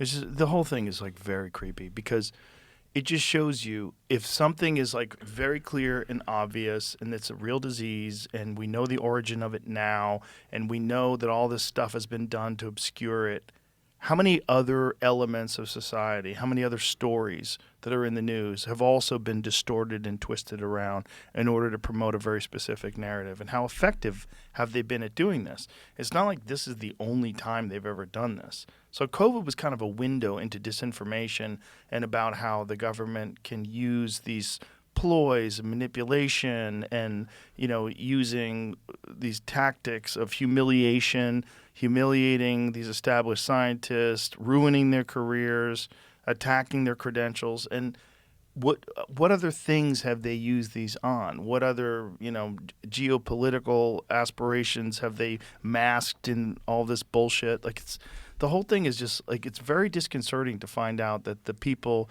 that have been running the country are super comfortable with lying. Here's the good news, is the irony of COVID is the forces that were forcing us to be locked down and stay home gave rise to independent creators and journalists and independent thinkers and folks like you. And because of their forcing the lockdowns, they destroyed their own industry. Yeah.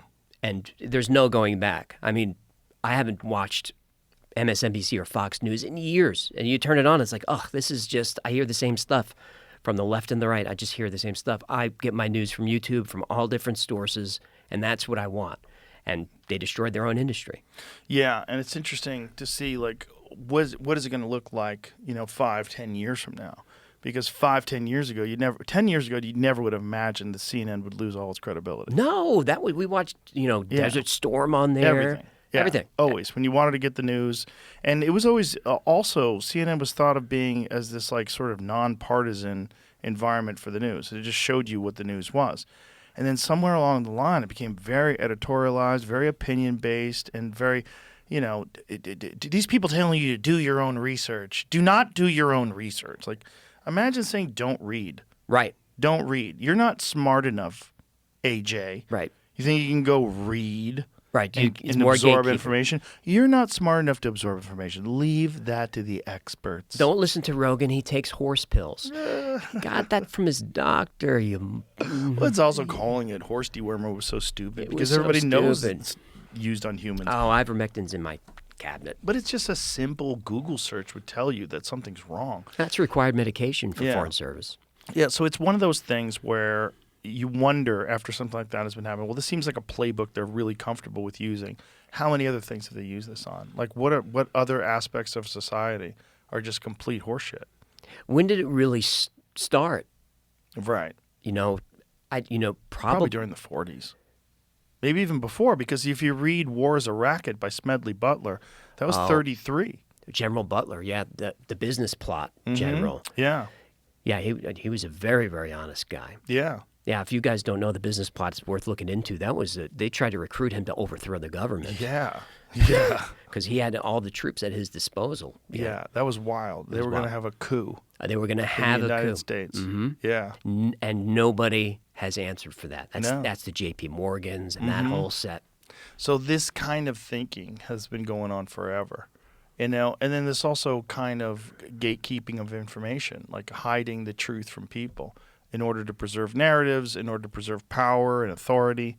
Well, let's go back to Butler for a quick second. You've got Tesla, who gets funded by J.P. Morgan to create wireless technology, but Tesla gets a little ambitious and says, I'm going to do wireless communication, but I'm going to take your $150,000. I'm going to do wireless energy, and we'll do free energy around the world.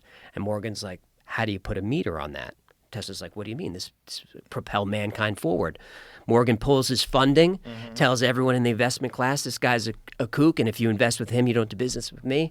A few years later, Wardenclyffe Tower gets torn down. Tesla dies in poverty. Yeah. And where are those 20 boxes? Yeah.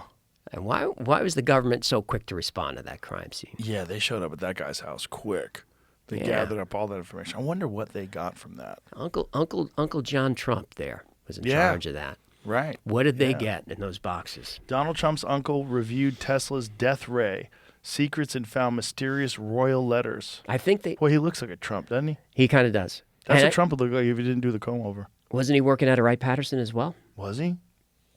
for this? Dun, dun, dun. Wright Patterson is a weird place. Like, they think that that's where one of them is. Yes. Yeah. You know the Nixon story with Jackie Gleason?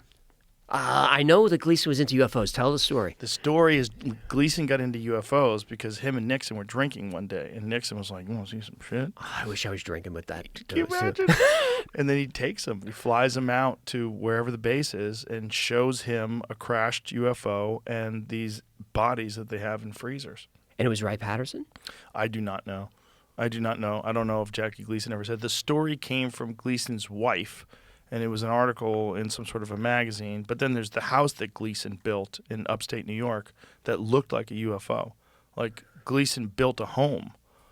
Yeah, that was like a disc. I'm going to look into this. It's such a good story. I wonder where they went. Reportedly would have been in Homestead Air Force Base. It might be in Florida. In 73. I think that's where they were when that when they were playing golf. And 70. Embalmed. Was reportedly shown embalmed bodies of 4 alien beings. Dun, dun, dun. So Nixon exposes the UFOs to a civilian, and then it does not go well for Richard Nixon after that. Well, I think what went badly for Richard Nixon was that Richard Nixon was inquiring as to who killed JFK, and he said he thought he knew, and he was kind of talking about it publicly, and they're like, okay. Yep. And they had already, brought in Gerald Ford, kicked out Spiro Agnew. They got rid of him. Gerald Ford, who was also in the Warren Commission report. That's right. And then all of a sudden, Nixon and Watergate happens. Nixon, and, the most popular president of all time. of all time. And it turns out that Bob Woodward was actually an intelligence agent, and this is his first project ever. Operation Mockingbird. And then the people that were involved in the break-in, all FBI. G. Gordon Liddy. Yeah, the whole thing is a coup. All was a coup. All was a Yeah, setup. and we're all parroting, oh, Nixon was a crook. That guy was a crook. He was this or that. Like, they did a great job. The PSYOP was wonderful. I'm a patsy. Yeah. They say it over and over. Mm-hmm. Yeah. It's all really, really interesting stuff. But it's just, what it boils down to with stuff like your show, like how much is real, and when you have these mysteries, one of the amazing things about mysteries is you're never going to run out of topics. No. There's so many of these things. And as long as there's a U.S. government, I'm good. As long as the CIA exists. they're always going to be hiding something. But it's the fun ones are always the alien ones. That's the most fun ones. The alien ones and the ancient civilization ones. Like, what do you think when you go over the Bob Lazar story? Like, what are you? How much of you cries bullshit? How much of you's like, I'm more on the side. I think he's the most credible whistleblower because he didn't profit from it. And they prosecuted him for running a prostitution ring. Which maybe he was. Which I think he was. He pled down to pandering, but they also raided him during the Jeremy Corbell documentary. While they're filming the documentary, the FBI raided his facility, and they said they were looking for something, and supposedly he has a version or a sample of stable element 115. What? That's supposedly. Yeah, and that's supposedly what they were looking for. Well, of course. Supposedly he had gotten that from the lab, and when he was at S4, and that he had managed to smuggle out a stable chunk of this element 115. And there was a video that George Knapp had from back in the 80s where Lazar was demonstrating how this stuff bends light and, what it does, like it has weird effects. How soon after that raid was 115 is now called Moscovium? How soon after that raid was 115 synthesized? I think it was synthesized in Russia. Synthesized by a particle collider, and so the when they got it is a very temporary, quickly dissolving form, but they proved its existence. And supposedly, what Lazar is saying, wherever these beings are from, They obviously have a completely different environment, and they have a stable version of this element. Yep. And this element is crucial to this gravity propulsion system. That it's a part of this reactor. It gets bombarded with radiation, produces this gravity field, allows you to just slingshot through the universe. I don't know. Are they working to stabilize it? I don't know what's going on behind the scenes, man. Why would they raid Bob Lazar? That's that Yeah. spectrum of believability again. Mm-hmm. Exactly. Here's a guy who's being attacked and tormented. in the middle of filming the documentary. I mean, I it's just like, had my first IRS audit. I don't know how you're doing. Oh, what'd you do? I didn't do anything. I don't work in weed anymore. What do you think they were auditing you for? What when you go over all your episodes? I'm sure it's just a coincidence. What do you think? Definitely coincidence. What do you think are the most problematic? Most problematic for me are probably the CIA ones. The one I did that ended with the Agent Orange kind of expose was a kind of a dangerous one. It was the dark history of DARPA and all the bad stuff that DARPA's done since its founding. It's done some horrible stuff. And that was an episode I was afraid to release. There's been a couple of those. Really? MK Ultra is kind of afraid to release because I name names. A scary one was how Lyme disease might have been a lab leak. Yeah, that's a weird one.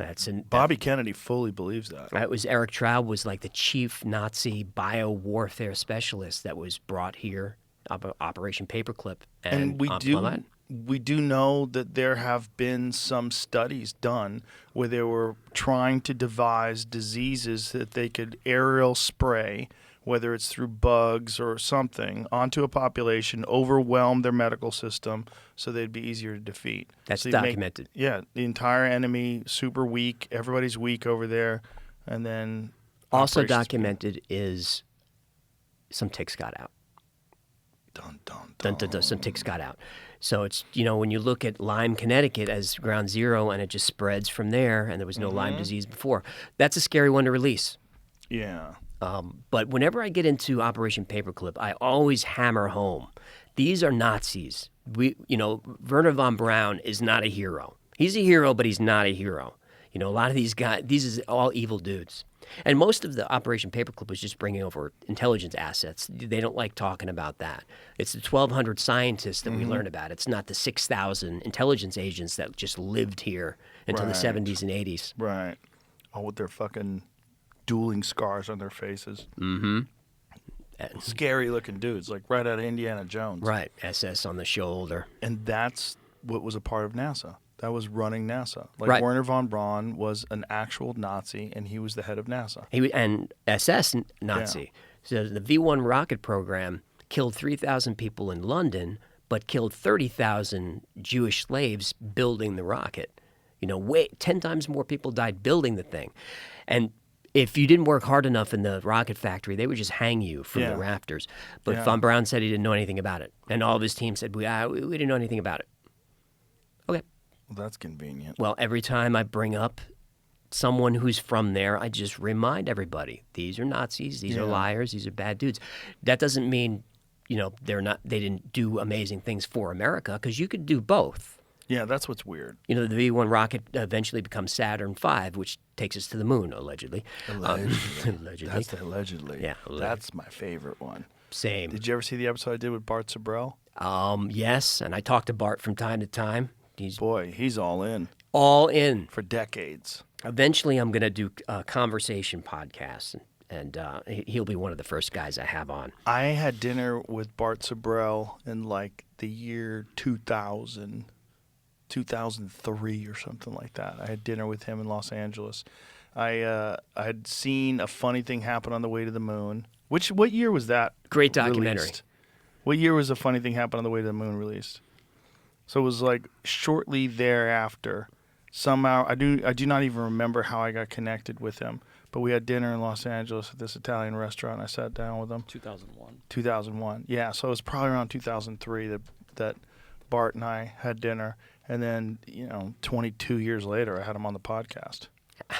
I need He's to look still into it. going after oh, it. Oh yeah, yeah. He still emails me, and I'm like, Bart, I'll have you on. I'm still building the studio. Well, he's so all in on this, and the more you talk to him, the more you go, God damn it, he might be right. He might be. I debunk a lot of his claims. Which ones? Not all of them. You know, like the parallel shadows and how how a shadow on the moon should be completely black, but that's not really true. And shadows. Well, things are reflective, and the surface is Of course. reflective. That's part of the issue. But the parallel shadows are fucking weird. Like, you could find a reason why these intersecting shadows could exist, but it also could be more than one source of light. Like, Sure. there's a lot of weirdness to it. And shadows are not parallel. They don't work that way. Shadows disappear to the horizon. Right. You know, there are no parallel shadows. Right, but going in completely different directions is very odd. It's odd. It's but very odd.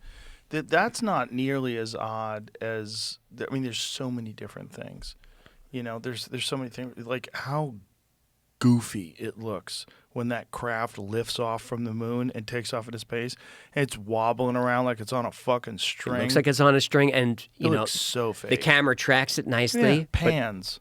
but it's from where? from Houston? Earth, from Houston Yeah. with the what 7-second delay Yeah. or whatever How about the fact that Nixon is on the phone with them in real time. in real time? Like, you know what kind of delay there would be with 1969 technology communicating? Like, one of the reasons why Gus Grisham, you know, there's the big theory is that Gus Grisham was murdered because he wasn't willing to go along with it. Gus Grisham hung a lemon on the lunar module because he wasn't able to communicate with the tower from Earth. The communication system wasn't working. And he's like, this is a fucking lemon. And he puts a lemon on a coat hanger and hangs it on the thing. And then, Well, let's go back and look at the original films, and maybe we'll learn something. Oh, they don't have them anymore. Gone. They're gone. They don't what know. about the telemetry data? That's really important. Gone. With the episode I did on the moon, which is a fun one, I even have a NASA scientist saying we don't know how to redo the technology. We just lost it. Yeah. Didn't write anything down or nothing. And All right. then there's the reality of the Van Allen radiation belts. That's true. That it could be explained scientifically. Can it? The radiation is particles, high voltage, all that, but they're spread wide apart, so you just got to go really fast through them. Right, but it took hours to get through it. It did, but they still were moving fast. Or it would kill everybody. Or it would kill everybody. And This that's is one why of these nobody theories. but the Apollo astronauts ever got through that. What I always say is, like, they never even flew a chicken through that shit and had it come back alive. No. And they're just going to try it out with people? Laika the dog did not survive Right. when they threw Laika up there. Well, how about Operation Starfish Prime, where they shot a nuke into there to try to blow a hole through it, and it wound up making it more radioactive? Of course. They thought they were going to blow a hole Right. in the Van Allen radiation belt so they could just pop through that hole. Right, and now thanks to that, we've got the South Atlantic anomaly where there's just no protection anymore. We appreciate all that. They Crazy. blew out the power in Hawaii. Right. Yeah, they fucked up the grid. They were detonating nukes in space. Really crazy. People in the 1950s and 60s were buck wild. They were. They had so much power. There was no internet. There was no oversight. And they were doing things that were completely new, like nuclear bombs. And they're like, let's see if it does this. Even Oppenheimer, they didn't know what was going to happen. They had a more than 0% possibility that it was going to cause a chain reaction that would destroy the entire environment of the Earth. Yes. And they were like, let's see. Well, we got to try There's it. only one way to know. Mm-hmm. Let's Right. detonate it. And something like Bikini Atoll, which I think was Castle Bravo, was like 3 times more powerful than they thought. You know, it's like Yeah. we're going for 10 kilotons, but we got 30. Dude, you got to carry the one. Be careful. Be careful. Just be careful. Carry the one. I don't even know why we messed with it. Yeah, it's too late. Too late. The genie's out of the bottle. So if you had a bet, if you had $100,000 and you can bet we went to the moon, we didn't go to the moon. Well, that money's not enough. But gun to the head. Gun to the head. Gun to the head. We went to the moon without people. That's what I would go with. But let me preface by saying my head, I'm like a bobblehead. I go back and forth, and I can be convinced one way or the other. It's a very complicated issue. Like I can be convinced both ways. There's also the weird footage that looks like they're on wires where they're pulled up when they fall down. You could see the reflections. Yeah. Yeah, I get into Weird. It's a good episode. I get into all of that. I cover Bart. Buzz Aldrin knows how to throw a shot. Kind of. Didn't get his hip into it. Old shoulders. But it's also the thing is that like every other technology from 1969 is cheaper, easier, and faster to reproduce today, except the moon landing. Right. That no one has ever done it again. No one has ever even been to deep. Not human beings have ever even been to deep space. There's no. I don't know why. You know, if we could 3D print anything, why don't we send a 3D printer up into orbit, and then every time Elon launches a Starlink, just bring some substrate, bring some wire, and just deliver it there. Every time, because you're going to do 10,000 of them. Just bring some wire, bring some aluminum, and we can just build the stuff in orbit. We don't have to worry about escaping gravity. Just build stuff up, 3D print stuff in orbit. It sounds a little more complicated than you're making it out to be, but I see what you're saying. You know, the film footage, the lost footage that Sabrell had is also very compelling, where it looks like they're filming the moon from, 30,000 miles out, but then when they pull the covers off the windows, it shows you they're actually in near Earth orbit. It fills up the whole window. And they even say in that film, we've got the camera right up against the window. Right. No one can get in between it. But then someone walks in Someone between walks the camera by, and the thing. and then you see what looks like a piece of plastic go whoosh, Yeah. and then everything opens up. That's a hard one to explain. It is And not for public display. not for right. That's Yeah. absolutely right. And also, the why would you ever delete all of the original film? Why would you destroy the original film? Why would they lose the telemetry data? And we don't even have a direct feed because they broadcast the feed on a wall and then pointed a TV camera at the wall. Yeah. And that's what we see. Yeah, that's why it looks so shitty on Right. television in 1969. Because the networks were like, hey, can we get the live feed? And NASA's like, you don't need that. It's so weird. It's weird. It's a weird one. It's also just weird that we keep saying we're going to go back and we still never even get out of Earth's gravity or never even get out of Earth's atmosphere. Or Earth's orbit, rather. As soon as the Chinese start mining like helium-2 or whatever, we'll get there.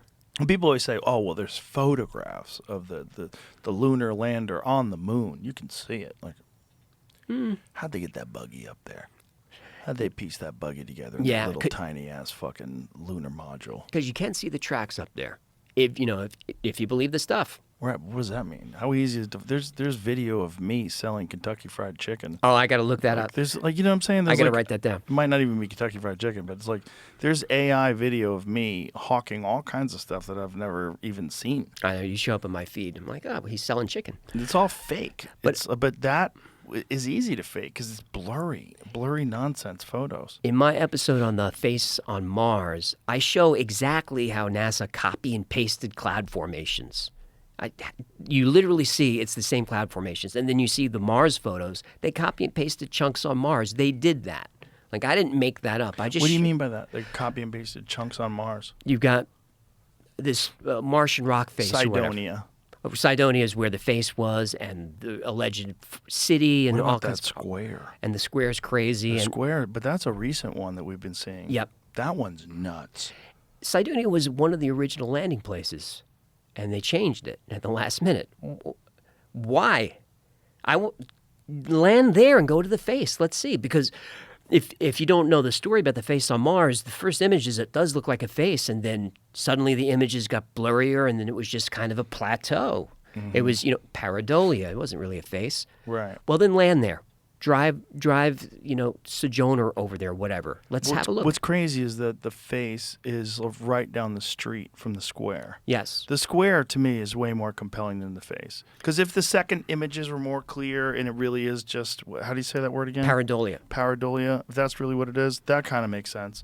Because the first one's like real blurry and shitty, and it was from the 70s. True. Right? But this square is nuts. Right. It looks geometrical. Yeah. Right angles. And an actual square, or at least similar to a square. It looks like a structure made out of right angles, and it's on the fucking moon. I showed it to Elon Musk. He's like, "Oh, very interesting. We should probably go up there and look around."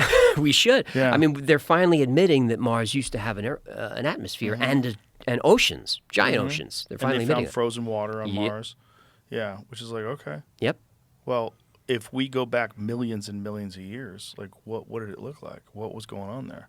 Remember, they sent Joe McMoneagle to remote view back on Mars. Oh, what did he say? He said he saw giant, tall beings there in a very advanced society.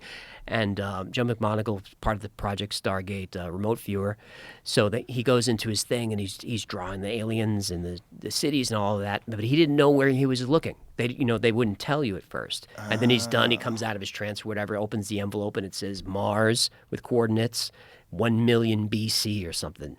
He said he saw stuff.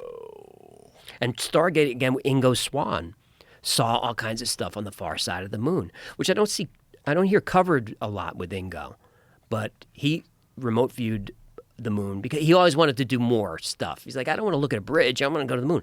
And he said he saw structures on the far side of the moon that sound a lot like Carl Wolf disclosed in 2001. What did he disclose? Carl Wolf, Air Force airman. He's basically a technician. Think of a Xerox repairman. He has to fix some imaging equipment for NASA/DOD. It's images from the moon surveyor. So he goes in. It's a dark room. The guy's working there. The guy's like, Carl, look at this. It's pictures of the dark side of the moon. He sees domes, towers, roads, all kinds of stuff. And he can't believe it. And Carl goes home and he's told his wife, I can't wait to see this on the news. This is crazy what we found on this is a civilization on the moon. And it just goes away. And Carl Wolf said he saw that. Remote viewing. No, photographs. He saw photographs. He saw photographs of it. He saw photographs. Who took the photographs? It was the Moon Surveyor satellite that takes pictures all the time. It's like we have images. We have stuff around the moon. I don't know why there's no webcam. I don't know why we can't just tap into Throw the a image. satellite up there. Something. They're there. Just send a signal back. I read that they just got like 5G working in space. Send us a signal. Put a webcam on the ISS. Let us tune in. So Carl Wolf saw that stuff. Ingo Swann saw the same things, but he saw actual beings there. And he said they were able to sense his consciousness. And he snapped out of it. He said, aliens are on the far side of the moon, and they are not our friends. It's a very interesting story. Ingo Swann, very interesting cat. So what took these photographs? The moon surveyor, lunar surveyor, satellite. And none of that stuff's ever been released? Oh, they released a lot of images from the far side, but they release what they release. That's why we know there's fewer impacts on the far side, because we've seen those images. But there's no images of these domes or whatever. No. I've seen some that maybe are faked, that look pretty compelling. I forget what episode I just showed them in, but when I found them, it was mind-blowing. And I can't find them again for some reason. I wanted them for another episode, and I can't find the photos, which is always suspicious to me. It's like suddenly the thing is blurry off of Malibu. It's like you just can't find the stuff. But my gut tells me something's going on up there. Someone's aware of it, and I'm dying to know what it is. It would be unbelievable if Mars was the first planet that had life before Earth was capable of supporting life. It reached a very high level of sophistication and then started seeding Earth. Right. Panspermia theory. Yeah. I believe we have at least one rock from Mars that just landed here. I think we have one of those. So from maybe a giant impact or something through some of Mars over here. Dum, dum, dum. But the idea, I think, is that their atmosphere was deteriorating or that they were getting further and further from the sun. Their magnetic field was weakening, strips away the atmosphere. And so this would be the thing. If you were a super advanced civilization, the race would get so advanced that you could leave your planet. Yes. And that's the only way you're going to survive, because eventually your planet is going to move over millions of years further and further away from the sun, not able to inhabit life anymore. Right. So maybe send your DNA or whatever to the third rock. Or Anunnaki. Or Anunnaki. That's the good one. Yeah, they show up everywhere. That's the ultimate one. That is the big one. Then the Anunnaki's the big one. Yeah, that's a good one. That's one that makes you go, oh. Because it shows up everywhere. It shows up in the Bible. It shows up in the Mahabharata. It shows up in ancient Chinese literature. It shows up everywhere. Not always called the Anunnaki, but the Anunnaki, and then they have their servile species that could be the Nephilim, could be the giants, and then they take these primitive humans, give them just enough intelligence to mine the gold. It's part of the lore. Yeah. It's a good one. Oh, it's the best one. It's the best one because when you do look at ancient Sumer and you look at their detailed map of the solar system, you're like, what the fuck is that? Like, how did they figure that out? Right. Like, you're talking about 6,000 years ago, they had depictions of the planets all in the proper area. Like, they weren't the exact right size, but, like, the bigger ones were in the place where the bigger ones would be, the smaller ones in the place where the smaller ones would be. It was representative. And the sun looks like a sun. Like, it's got the rays around it. Right. Showing that this is the center of the solar system. Right. And this is how many thousands of years before Copernicus, Yeah, right? yeah. Didn't even know. Something I don't think it doesn't get enough attention is when these ancient cultures are obsessed with equinoxes. A lot of people think equinoxes is when day and night are the same, but that's not what that is. When day and night are the same, it's called equilux, and it's different for everybody on Earth, depending on where you are. An equinox is when the sun is over the center of the Earth's equator. Well, how did you know there was an equator? So Stonehenge is aligned to the equinoxes. How did you know there was an equator? And how was the pyramid, the sizes are directly divisible to a number like 43,200 that could be factored in to calculate the circumference of the Earth. So you can calculate the equinox. How did they do that? Right. And how is it pointed to true north, south, east, and west? How did they do that? Why does it mirror the stars of the Orion Belt? But mirrors them 30,000 years ago because of precession. Right. So I'm in the camp that the Egyptians found the pyramids, not built them. But I'm glad Zahi's not here. Well, that would, get you to the ancient civilization theory. But when you're looking at an ancient civilization that is as complex as Egypt, and then you factor in the Anunnaki story and all these other things, you got to think, like, why were the Egyptians so advanced? Like, where did they learn this from? Christopher Dunn has the answer. With the power plant? Power plant. Yeah. Is that what you think? It's one of my favorite episodes because you can either watch my stupid thing with the fish, or the better thing is to just buy Chris's books and read the science. Oh, don't be a sheep. Don't be a sheep. The next one's going to have taxes are theft. For people who don't know, if you haven't watched the show, Hecklefish talks shit from the aquarium during the entire show. It's really a funny little. It makes the show fun because it's like shows you're not totally taking it seriously. Right. You have a talking fish who talks shit to you the entire time. What I'm trying to do is take weird topics, complex topics, break them down, make them accessible to everybody, have a good time, get you thinking on your own. If I get things wrong, that's okay. As long as you go out and just get interested in stuff. That's what I'm trying to do. Have fun and get you interested. Have you been looking at all under the structures underneath the pyramid? Yes, I'm skeptical of that research because if you look at the imaging, I don't see the coils or any of that stuff. I don't see it. They also said they found the tomb of Nefertiti. No, the tomb of Osiris. It just looked like splotches on radar. And they haven't released any of that information to the scientific community. Nothing's peer-reviewed. But when it first hit the news, I was like, that supports the power plant theory, the coils and all of that. Mm-hmm. But I have a feeling that their research will be debunked. Hope I'm wrong. Really? Well, they released more of it, and because they released more of it, and the conversations that Graham Hancock and Brian Murarescu had with them, well, they were initially skeptical as well. They've come around more to thinking that these guys might be onto something, because they've done this multiple times now with multiple scans. And they keep getting the same results, and it does kind of look like coils when you look at the images. First of all, the pillars, the fact these pillars are uniform, and then the fact that the structure goes down 2 kilometers into the earth. Yep. Like, maybe people 4,500 years ago were so motivated, as Zahi said, that it's like, this is the project of the entire country, the pride of the country. Okay, maybe. But 2 kilometers down, Like we're starting to get real crazy. I mean, if you look at the Khufu pyramids, like perfect, and then you look at the pyramids that were built later that we know were Egyptian built, and it's like the Timu version. It's like you're not even.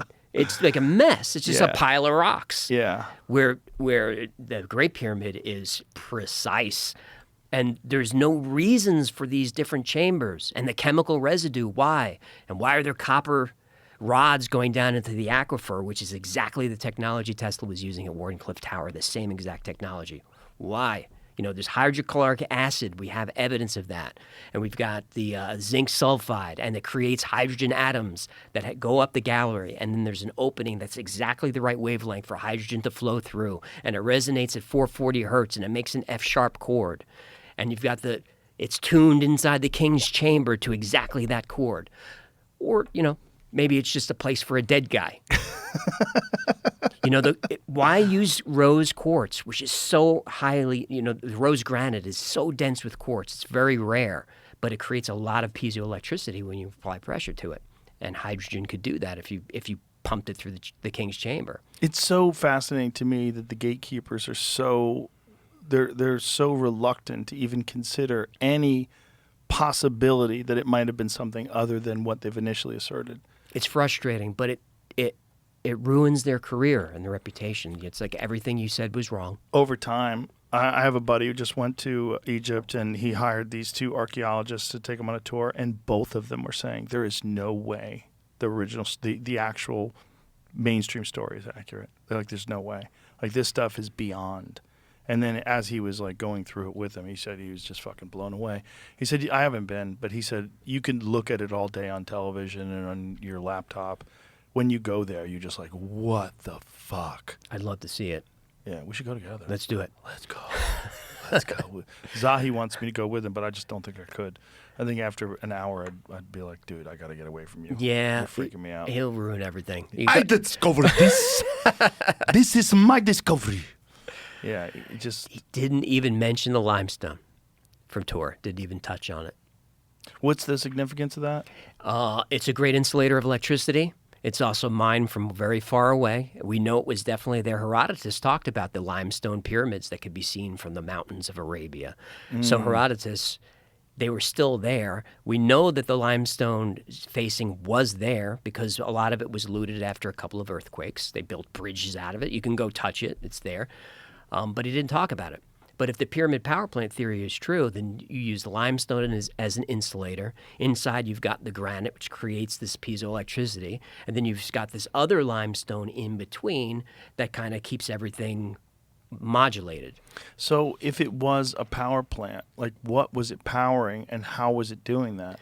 That's the big problem I have is... You know, so if Tesla wanted to project this energy into the ionosphere, and then everyone could tap into it with some type of receiver, like a radio. But there's no evidence I can find of them powering anything. So we can make the argument that maybe if the capstone were gold, this energy could resonate through the center of the pyramid, come up through the golden capstone, and then go straight into the ionosphere. And we know that the pyramid will resonate at certain frequencies and amplify it. That's been tested at about 200 meters is the ideal wavelength. But the only other theory is the obelisks at some point were these receivers. But there's no evidence that they powered anything. But maybe they used the energy for something different. I don't know. And if we're looking at the wrong timeline, if we're not really looking at 2,500 BC, if we're looking at 30,000 BC or something even before that, which is also a weird thing that Zahi dismissed. He dismissed this idea of the King's List that goes back 30,000 years. Right. Yeah. And he says that's just... Myth. Right, just myth. Yeah. We know exactly. Also, he said he didn't believe in carbon dating, which is like... Yeah. That's convenient. That's convenient. Yeah. Did not believe in carbon dating. And what about rock dating? That is a thing with certain types of rock. Limestone, not so much, but something like igneous rock, you can get a pretty good idea. Yeah, the whole thing is very weird. It's so weird because it's so vast and so spectacular that no matter what you think, no matter what theories you have, you still have to look and you go, how the fuck? Like, it's so nutty that you can't even imagine people making it. Right. Not people as like we consider people today. Like if a civilization today, if we, let's say for some reason, no one had ever visited a part of the earth, and then they went to a part of the earth and they saw people with these structures today, we'd be like, what happened? How did you do this? We would think they were wizards. Wizards. Right. Above and beyond. We can't- 2,300,000 stones. Mm-hmm. Hundreds of miles through the mountains. You carried the big ones for the inside the king's chamber. You put them up 130 feet up in the air. With a ramp. Yeah. I What? don't think so. But it's all just, if they did, where'd that technology go? Where'd that construction knowledge go? Like, where did their engineering go? Like, how were people that advanced that long ago?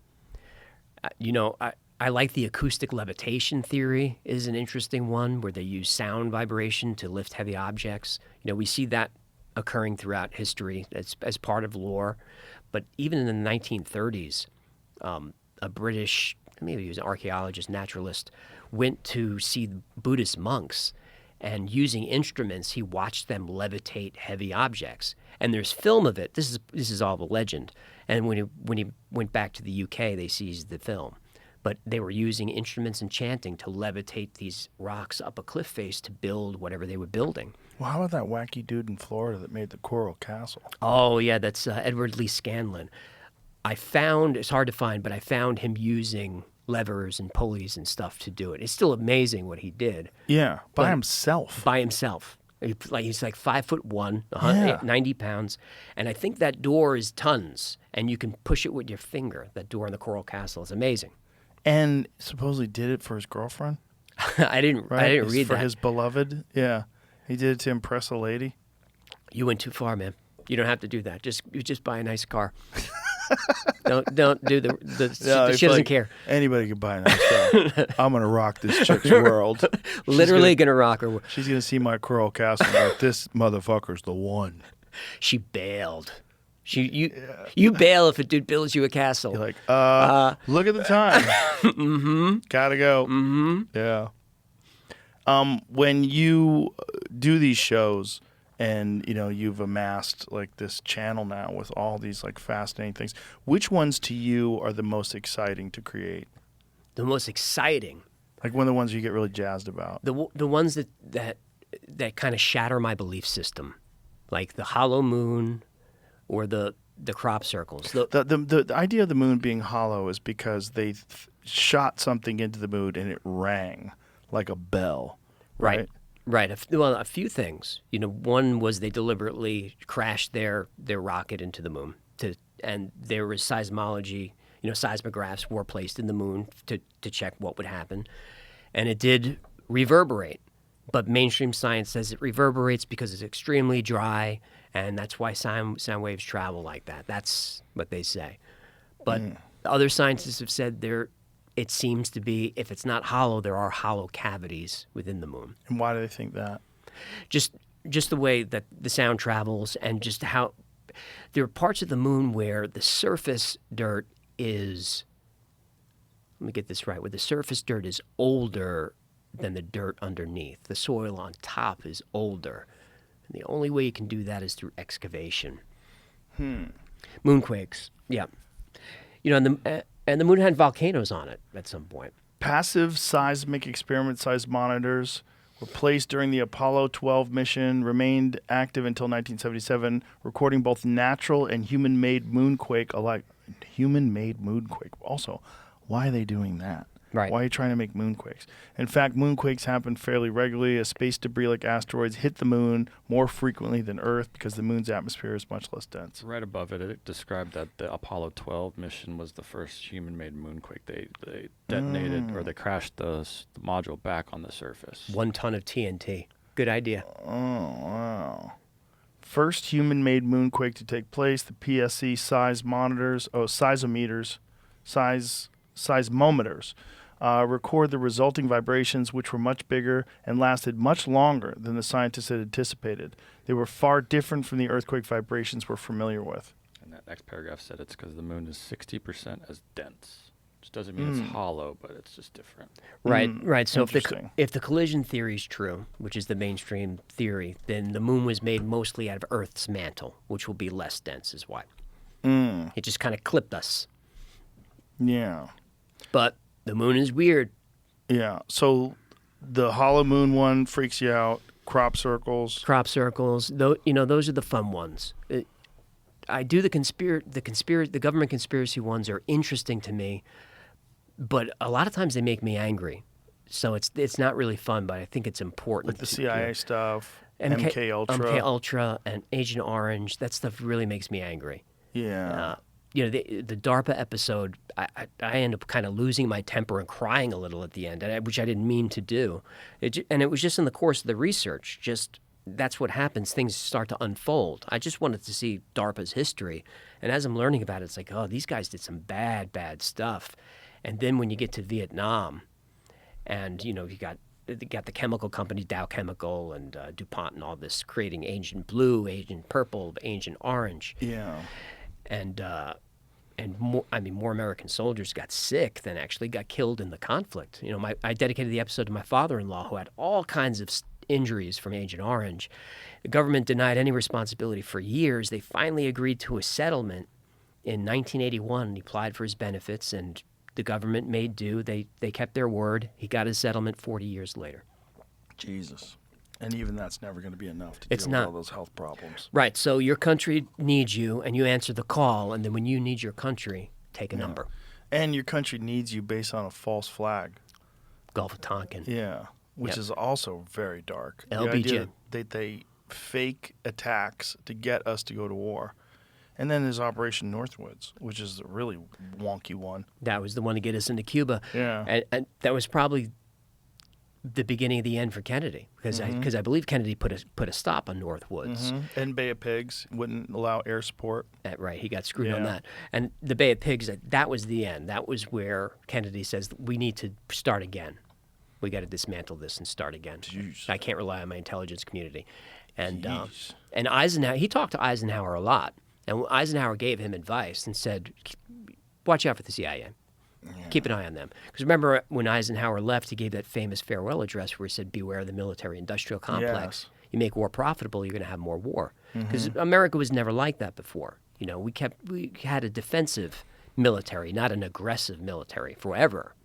Profit is where the devil does his best work. That's right. Yeah, That's right. That's from the Bible, isn't it? it might be. But it's really what it is. If evil is real, justification for evil, like if you have a compartmentalized situation like they do with corporations where you have this diffusion of responsibility because you have a bunch of people that are all working together. Hey, it's not I'm just working. This is part of my job. And then you have a responsibility to shareholders to make maximum profits every quarter. And then you justify all kinds of things and you get rewarded. Great job. You did a great job, AJ. We like how you made those profits. You got a nice fat bonus. And then, you drink yourself to sleep every night. My stepsister just retired from Grumman. She worked in top secret programs. She won't tell the family what she did. Dun, dun, dun. She wants to live. Good. Keep your mouth shut, lady. Keep it shut. Lisa, be quiet. I'd keep my mouth shut, She never too. said a word. Why would you? It's Nope. not worth it. No. It's not worth it. Pension's too good. Also, you don't want to die. It's just they get rid of people. If you're in the business of killing people, which is what military contractors are, they are in the business of killing you if you get in the business of killing people. Mm-hmm. They're like, oh, we just have to kill one more person, and then we can kill a whole bunch of other people and make a lot of money? Yeah. Get rid course. them. Oh, look, he had a heart attack. Whoopsies. He fell out of a hotel window. The Frank Olson murder is taught by Israeli intelligence as the perfect murder. It's Which still one's being taught. that? Frank Olson was part of MK Ultra and was starting to have second doubts about it, so they sent him to a psychiatrist who he didn't know was actually worked for Sidney Gottlieb and was, into programming, and he was freaking out. And he's up in a hotel room with someone else from MK, and he falls out the window. But if you look at the window where he fell, it's 2 feet by 2 feet. You can't just jump out the window. So he was found on the sidewalk by the doorman. That's Frank Olson, worth looking up. Just drove for talking to his family afterwards. They gave him $750,000. That's right, and it took to a not lot file of a pressure. claim Yeah, settlement. Right.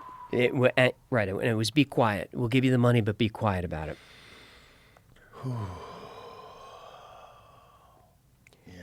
So I mean, it's all real, and it's Yeah, just the stuff that's undeniable is enough to make you just go, "Whoa, what is happening? What is really going on behind the scenes?" you know, the MK Ultra, the testimonies from the women is really heartbreaking to watch them. The sexual abuse that they endured for years at that, the whatever that was, that lodge on the water near D.C., and just tortured and crazy stuff. Operation Midnight Caller, you know that one? Which one's that? That's it happened in San Francisco, where they had agents hiring prostitutes, and they Midnight Climax. Midnight Climax behind Yeah. the two-way glass. Yeah, nuts. Bunch of weirdos. Tax dollars at work. Yeah, and it's because they had no oversight. You have ultimate power. It's all totally deniable. And it was, I think it was Nixon who banned it in 72. It might have even been 69 before he came in. They kept doing it anyway. Same with bioweapons. They were ordered by executive order to get rid of their bioweapons, and it was found out years later they were just stockpiling them. They still had them. Yeah. And they still do. Yeah. Yeah. Do you hesitate sometimes when you're doing these government cover-up ones? Yes. Yeah, I don't want to say I'm because they're dangerous. They are. Bigfoot's not dangerous. No, Bigfoot's not going to hurt me. Bigfoot's a fun one. It is fun. UFOs are fun ones. Different dimensions. Fun stuff. Yeah. It's hard for me because I consider myself a patriot, very very like pro-military, pro-law enforcement, but also anti-war and pro-criminal justice reform. Like I'm a very me too. Politically confused. Same. Yeah, me too. I just like fairness and transparency, that sort of thing. Yeah. You like to think that our government's good. I do like to think that, and this journey has shown me that it's mostly not. It's really mostly not, but it's a government made of men, and men are flawed and selfish, and men will hurt each other. And there's also justifications that can be made for doing terrible things because there's terrible people out there, and you have to stay ahead. Always. Yeah. Don't become a monster when you're fighting monsters. That's exactly right. And this collateral damage is just part of it. It's just part of it. Yeah. So we give them a settlement to stay quiet, but this is for national security. Yeah. The greater good. What other ones have freaked you out? And it's hard to say off the top of my head.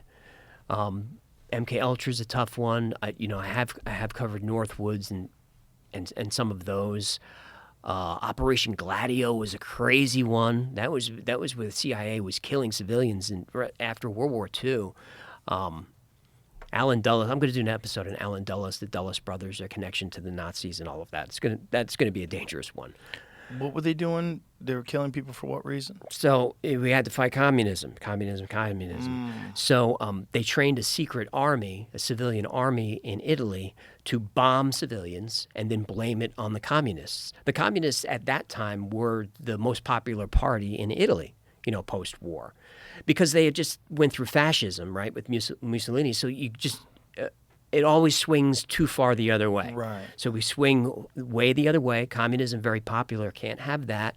So civilians were killed in bombings by the CIA-trained guerrilla army, and they were trained by a Nazi general who was tight with Alan Dulles, and this was planned during the war. While American GIs were being killed fighting the Nazis, they were already planning this next phase. But civilians died in massacres, and they blamed it on communists, and it was denied, and eventually it came out. It was called Operation Gladio. Gladius is the sword of the Roman soldier. How did they kill the people? Car bomb. Car bomb was a big one. I think it was in Milan, but there was a few. And they were just blaming the communists just to stop communism. Because it was a huge. Italy was a lot of turmoil. I think it was called like the years of lead or like the decades of lead, something like that. Because people were just getting killed all the time. I don't know how many constitutions Italy's had since World War II, but it's probably over 24 at this point. It's a chaotic place. Wow, that's my people. It's my people too. We're goofy. Nepalidan. Gazirishi che fa. What about the Richard structure? People ask me about that, the Eye of the Sahara. I usually say, you know what? Go to Corsetti, go to Bright Insight, go to Randall Carlson. Corsetti's the most. Randall Carlson doesn't believe that that was Atlantis. Right. But Corsetti makes a very compelling case. Mountains to the north, river to the south. The circular, the Yeah. concentric rings. The concentric rings, they're the correct size. Yep. The fact that there's still salt on the ground there. I want to believe it. Yeah. You know, and then there's like when you pull back and you get the satellite image of the surface and it looks like it was just completely deluged. It does. Yeah. Well, we know for a fact it was deluged. Yeah. Does it line up with Atlantis? I mean, Carlson has shown us how the surface of Africa was just altered. Yeah. By the flood. So it all lines up, but there's all these leaps that we have to make. I enjoy making them, Yeah. but on my show I try to let people know, look, I connected some dots here. You know, I had to fill in some gaps with a little bit of creative license. But if you're interested, go pursue it. Go learn more. I want that to be Atlantis. Yeah, it seems like Atlantis was a real place. Because, once they found out that Troy was a real place, Troy was also dismissed, right? Yes, it was. They found out, no, Troy actually existed. It doesn't seem like any of those stories were bullshit. It seems like they were historical accounts. And the thing about Plato's writings about Atlantis, he talks about it having existed 900 years prior, which lines up perfectly with the Younger Dryas. Right, and he learned it from an Egyptian priest who learned it from someone else. So the story goes back beyond Plato, if you believe Plato, which you can. You can believe Plato. Well, he was right about a lot of things. And it's so fascinating when we think of like that kind of historical record keeping, that you're getting these depictions of what kind of a civilization existed thousands and thousands of years ago. Right, so what, with Homer's Iliad, what did they think he was writing about? A fictional place? I mean, that was this. I think I said 900 years. I meant 9,000 years. 9,000, right. Years, yeah. Which is like, first of all, like, how do you get 9,000 years of history 2,000 years ago? Like, what are you even getting? Yeah. Like, how are these stories, how are they documented? Like, how do they pass them? How do they pass them on? Like, who are the original people? Like, what's the actual version of the story? Like, which one is more accurate? Epic of Gilgamesh, Noah's Ark? Like, something seems to exist in almost every ancient civilization. They all have a flood myth. Yeah. And, Gilgamesh and Noah's Ark, they're very similar stories. And there are other cultures that have a Noah's Ark story. Yeah. Yeah, that's my favorite currently. I've seen like a ton of videos, and I think Jimmy Corsetti does the best job about the Reichart structure, but he's all in on it. Yes. And I think like it doesn't look natural. No, it doesn't. It doesn't. It looks like and it's like, what a coincidence that it matches the dimensions of Atlantis as described. And it's in the right place. So, Yeah. When people argue for Bimini being Atlantis, it's like, nah, they didn't know what any of that was, but they knew what North Africa was. Right. And also, it's so close to Egypt. It's so close to what we already know was a super advanced civilization that existed. There's been no excavations of that? I don't believe so. Of the Reichart structure? Yeah, I'm reading all about it. What have they done? Like deep? 1974 was discovered. They found artifacts. Looking right now, that's what I was about to show you. This isn't a great example, but there's other. This isn't it. Another eye that looks similar to it in the same area. Interesting. And then the comments say that there's even 2 or 3 of these. Whoa. And I was reading Stephen Novella's breakdown of Jimmy's video. He says he's leaving out some known facts, like there was a canal that connected each of the circles that isn't apparent in the reshot structure. But those are the things I was just getting at right now. But this looks like canals. Well, that's a Well, different show one. This the- isn't the reshot structure. Right. Show the Reichart structure. And the reshot structure is strange because the coloration is different than the rest of the. That was also topography. the depictions of the colors of the rocks is the same, red and black. Yeah, like that is fucking crazy. That's crazy. It is. And the one guy who found artifacts said there was some stuff like out here on the outer circles, but not very many inside. Well, closer you got to the middle. the question is like, how big was the catastrophe, and how much would be left, and what would you actually see? Like how much was the structure altered by whatever the fuck happened. Right. So when we talk about ancient advanced civilizations, we're not talking about more advanced than us. We just mean advanced. Right. So people will say, well, where's their plastic? Where's their... Yeah, but it doesn't have to be the same doesn't. kind of advance. It doesn't. Combustion engines, all the different things that we've done, electronics, like we're just assuming that technology always goes in the exact same path. But it's whatever the fuck they were doing, whatever we know they were doing in Egypt was extraordinary in terms of like their ability to core the drills when they have these cores that they like high speed drills Yep. that seem to be like, if not diamond tipped, something of a similar vein that allowed them to dig into that fucking granite like that. Like, Right. How do they generate 2,000 RPMs or whatever? Right. How could they do that? yeah, it's all freaky, man. It's like the history. I mean, Graham has the best depiction. He said, "We are a species with amnesia." That's the perfect way to say it. You know, it's a shame that he's marginalized, but I like that Netflix is stuck by him and going to keep pumping those out. Well, the facts are the facts. You know, just the structures that he's uncovering. When you're looking at Gunung Padang, when you're looking at all these different places, when you look at, just Machu Picchu, all these different places. Like, what the fuck was going on? Like, why is this stuff so complex? Why is it so fascinating? And why aren't we allowed to ask? Why aren't we allowed to investigate it? Yeah. Remember when his Ancient Apocalypse Season 1 came out, there was a British newspaper said Graham Hancock is the most dangerous man in the world. Because of the Those white guys are just dumbasses. Oh, well, come they on, always man. want to connect it to white supremacy, which is so crazy because Graham Hancock is the furthest from a white supremacist. You know, he's married to a woman of color. He's like the sweetest, nicest guy. He's a vegan. Of course. He never said they were white folks. No, no one says that. And who cares? I just Right. want to know who they were. Well, they couldn't be white folks because white folks don't live there. No. Like if they're Egyptians, they're Africans. Right. Like, the Africans were the most sophisticated civilization that we have ever seen that existed at that point in time. We don't know if they're as sophisticated as we are, but we know they did some stuff back then that we're not capable of today. Yes, And that's real. it is. And we don't know how. We don't know what technology they had. But here's the thing. If it's not from 2500 BC, if it's really from 30,000 BC, what do you think would be left? Like only maybe the stone. That would be it. That's part of the problem. I mean, steel, any kind of It'd be metal, gone. gone. It would only take 100 years for Manhattan to be covered by vegetation. Right. 1,000 years, the skyscrapers would crumble. Right. 10,000 years, it'd all be washed away. Right. 100,000 years, you're not going to see jack shit. Nothing. Nothing. Yeah.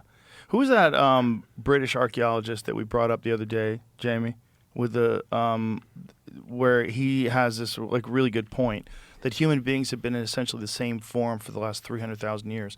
Like it's not outside the realm of possibility that we have achieved very high levels of sophistication multiple times and have been knocked back down to the Stone Age again Sure. by cataclysmic events. Right. And that makes a lot of sense to me, that it's Yeah. just part of a cycle. Yeah.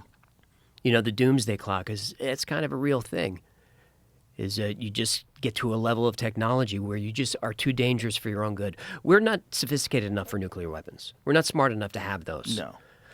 Well, that's the hope, is that that's what the aliens are here for. To go, hey. Right? Because they have. Yeah. But then that down. why did they allow just the United States to detonate 60-something bombs? And Well, here's the thing. 2 of them that caused mass death, right? Hiroshima and Nagasaki.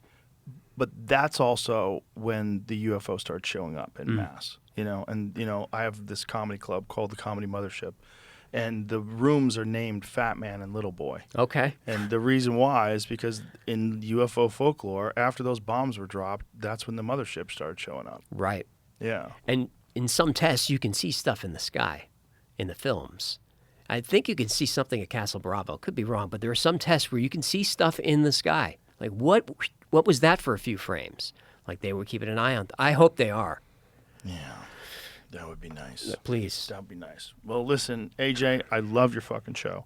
You have provided me with hours and hours of entertainment. It's an awesome program. You do a really good job. It's really well done.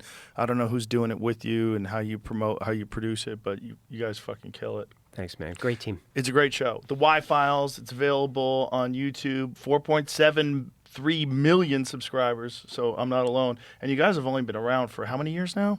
2020. That's amazing. 5 years, and you already have almost 5 million subscribers. The CIA is just backing me up. It's a great fucking show. That's what it is. So I'm glad we finally did this. Appreciate so thank you. you very much, man. And if you ever got anything crazy, you want to break it here, we're ready for you. If you I'm got an into it. episode coming out you want everybody to know about, come on back. I think we probably do this 100 times. Thank you, brother. Appreciate you. All right, bye, everybody.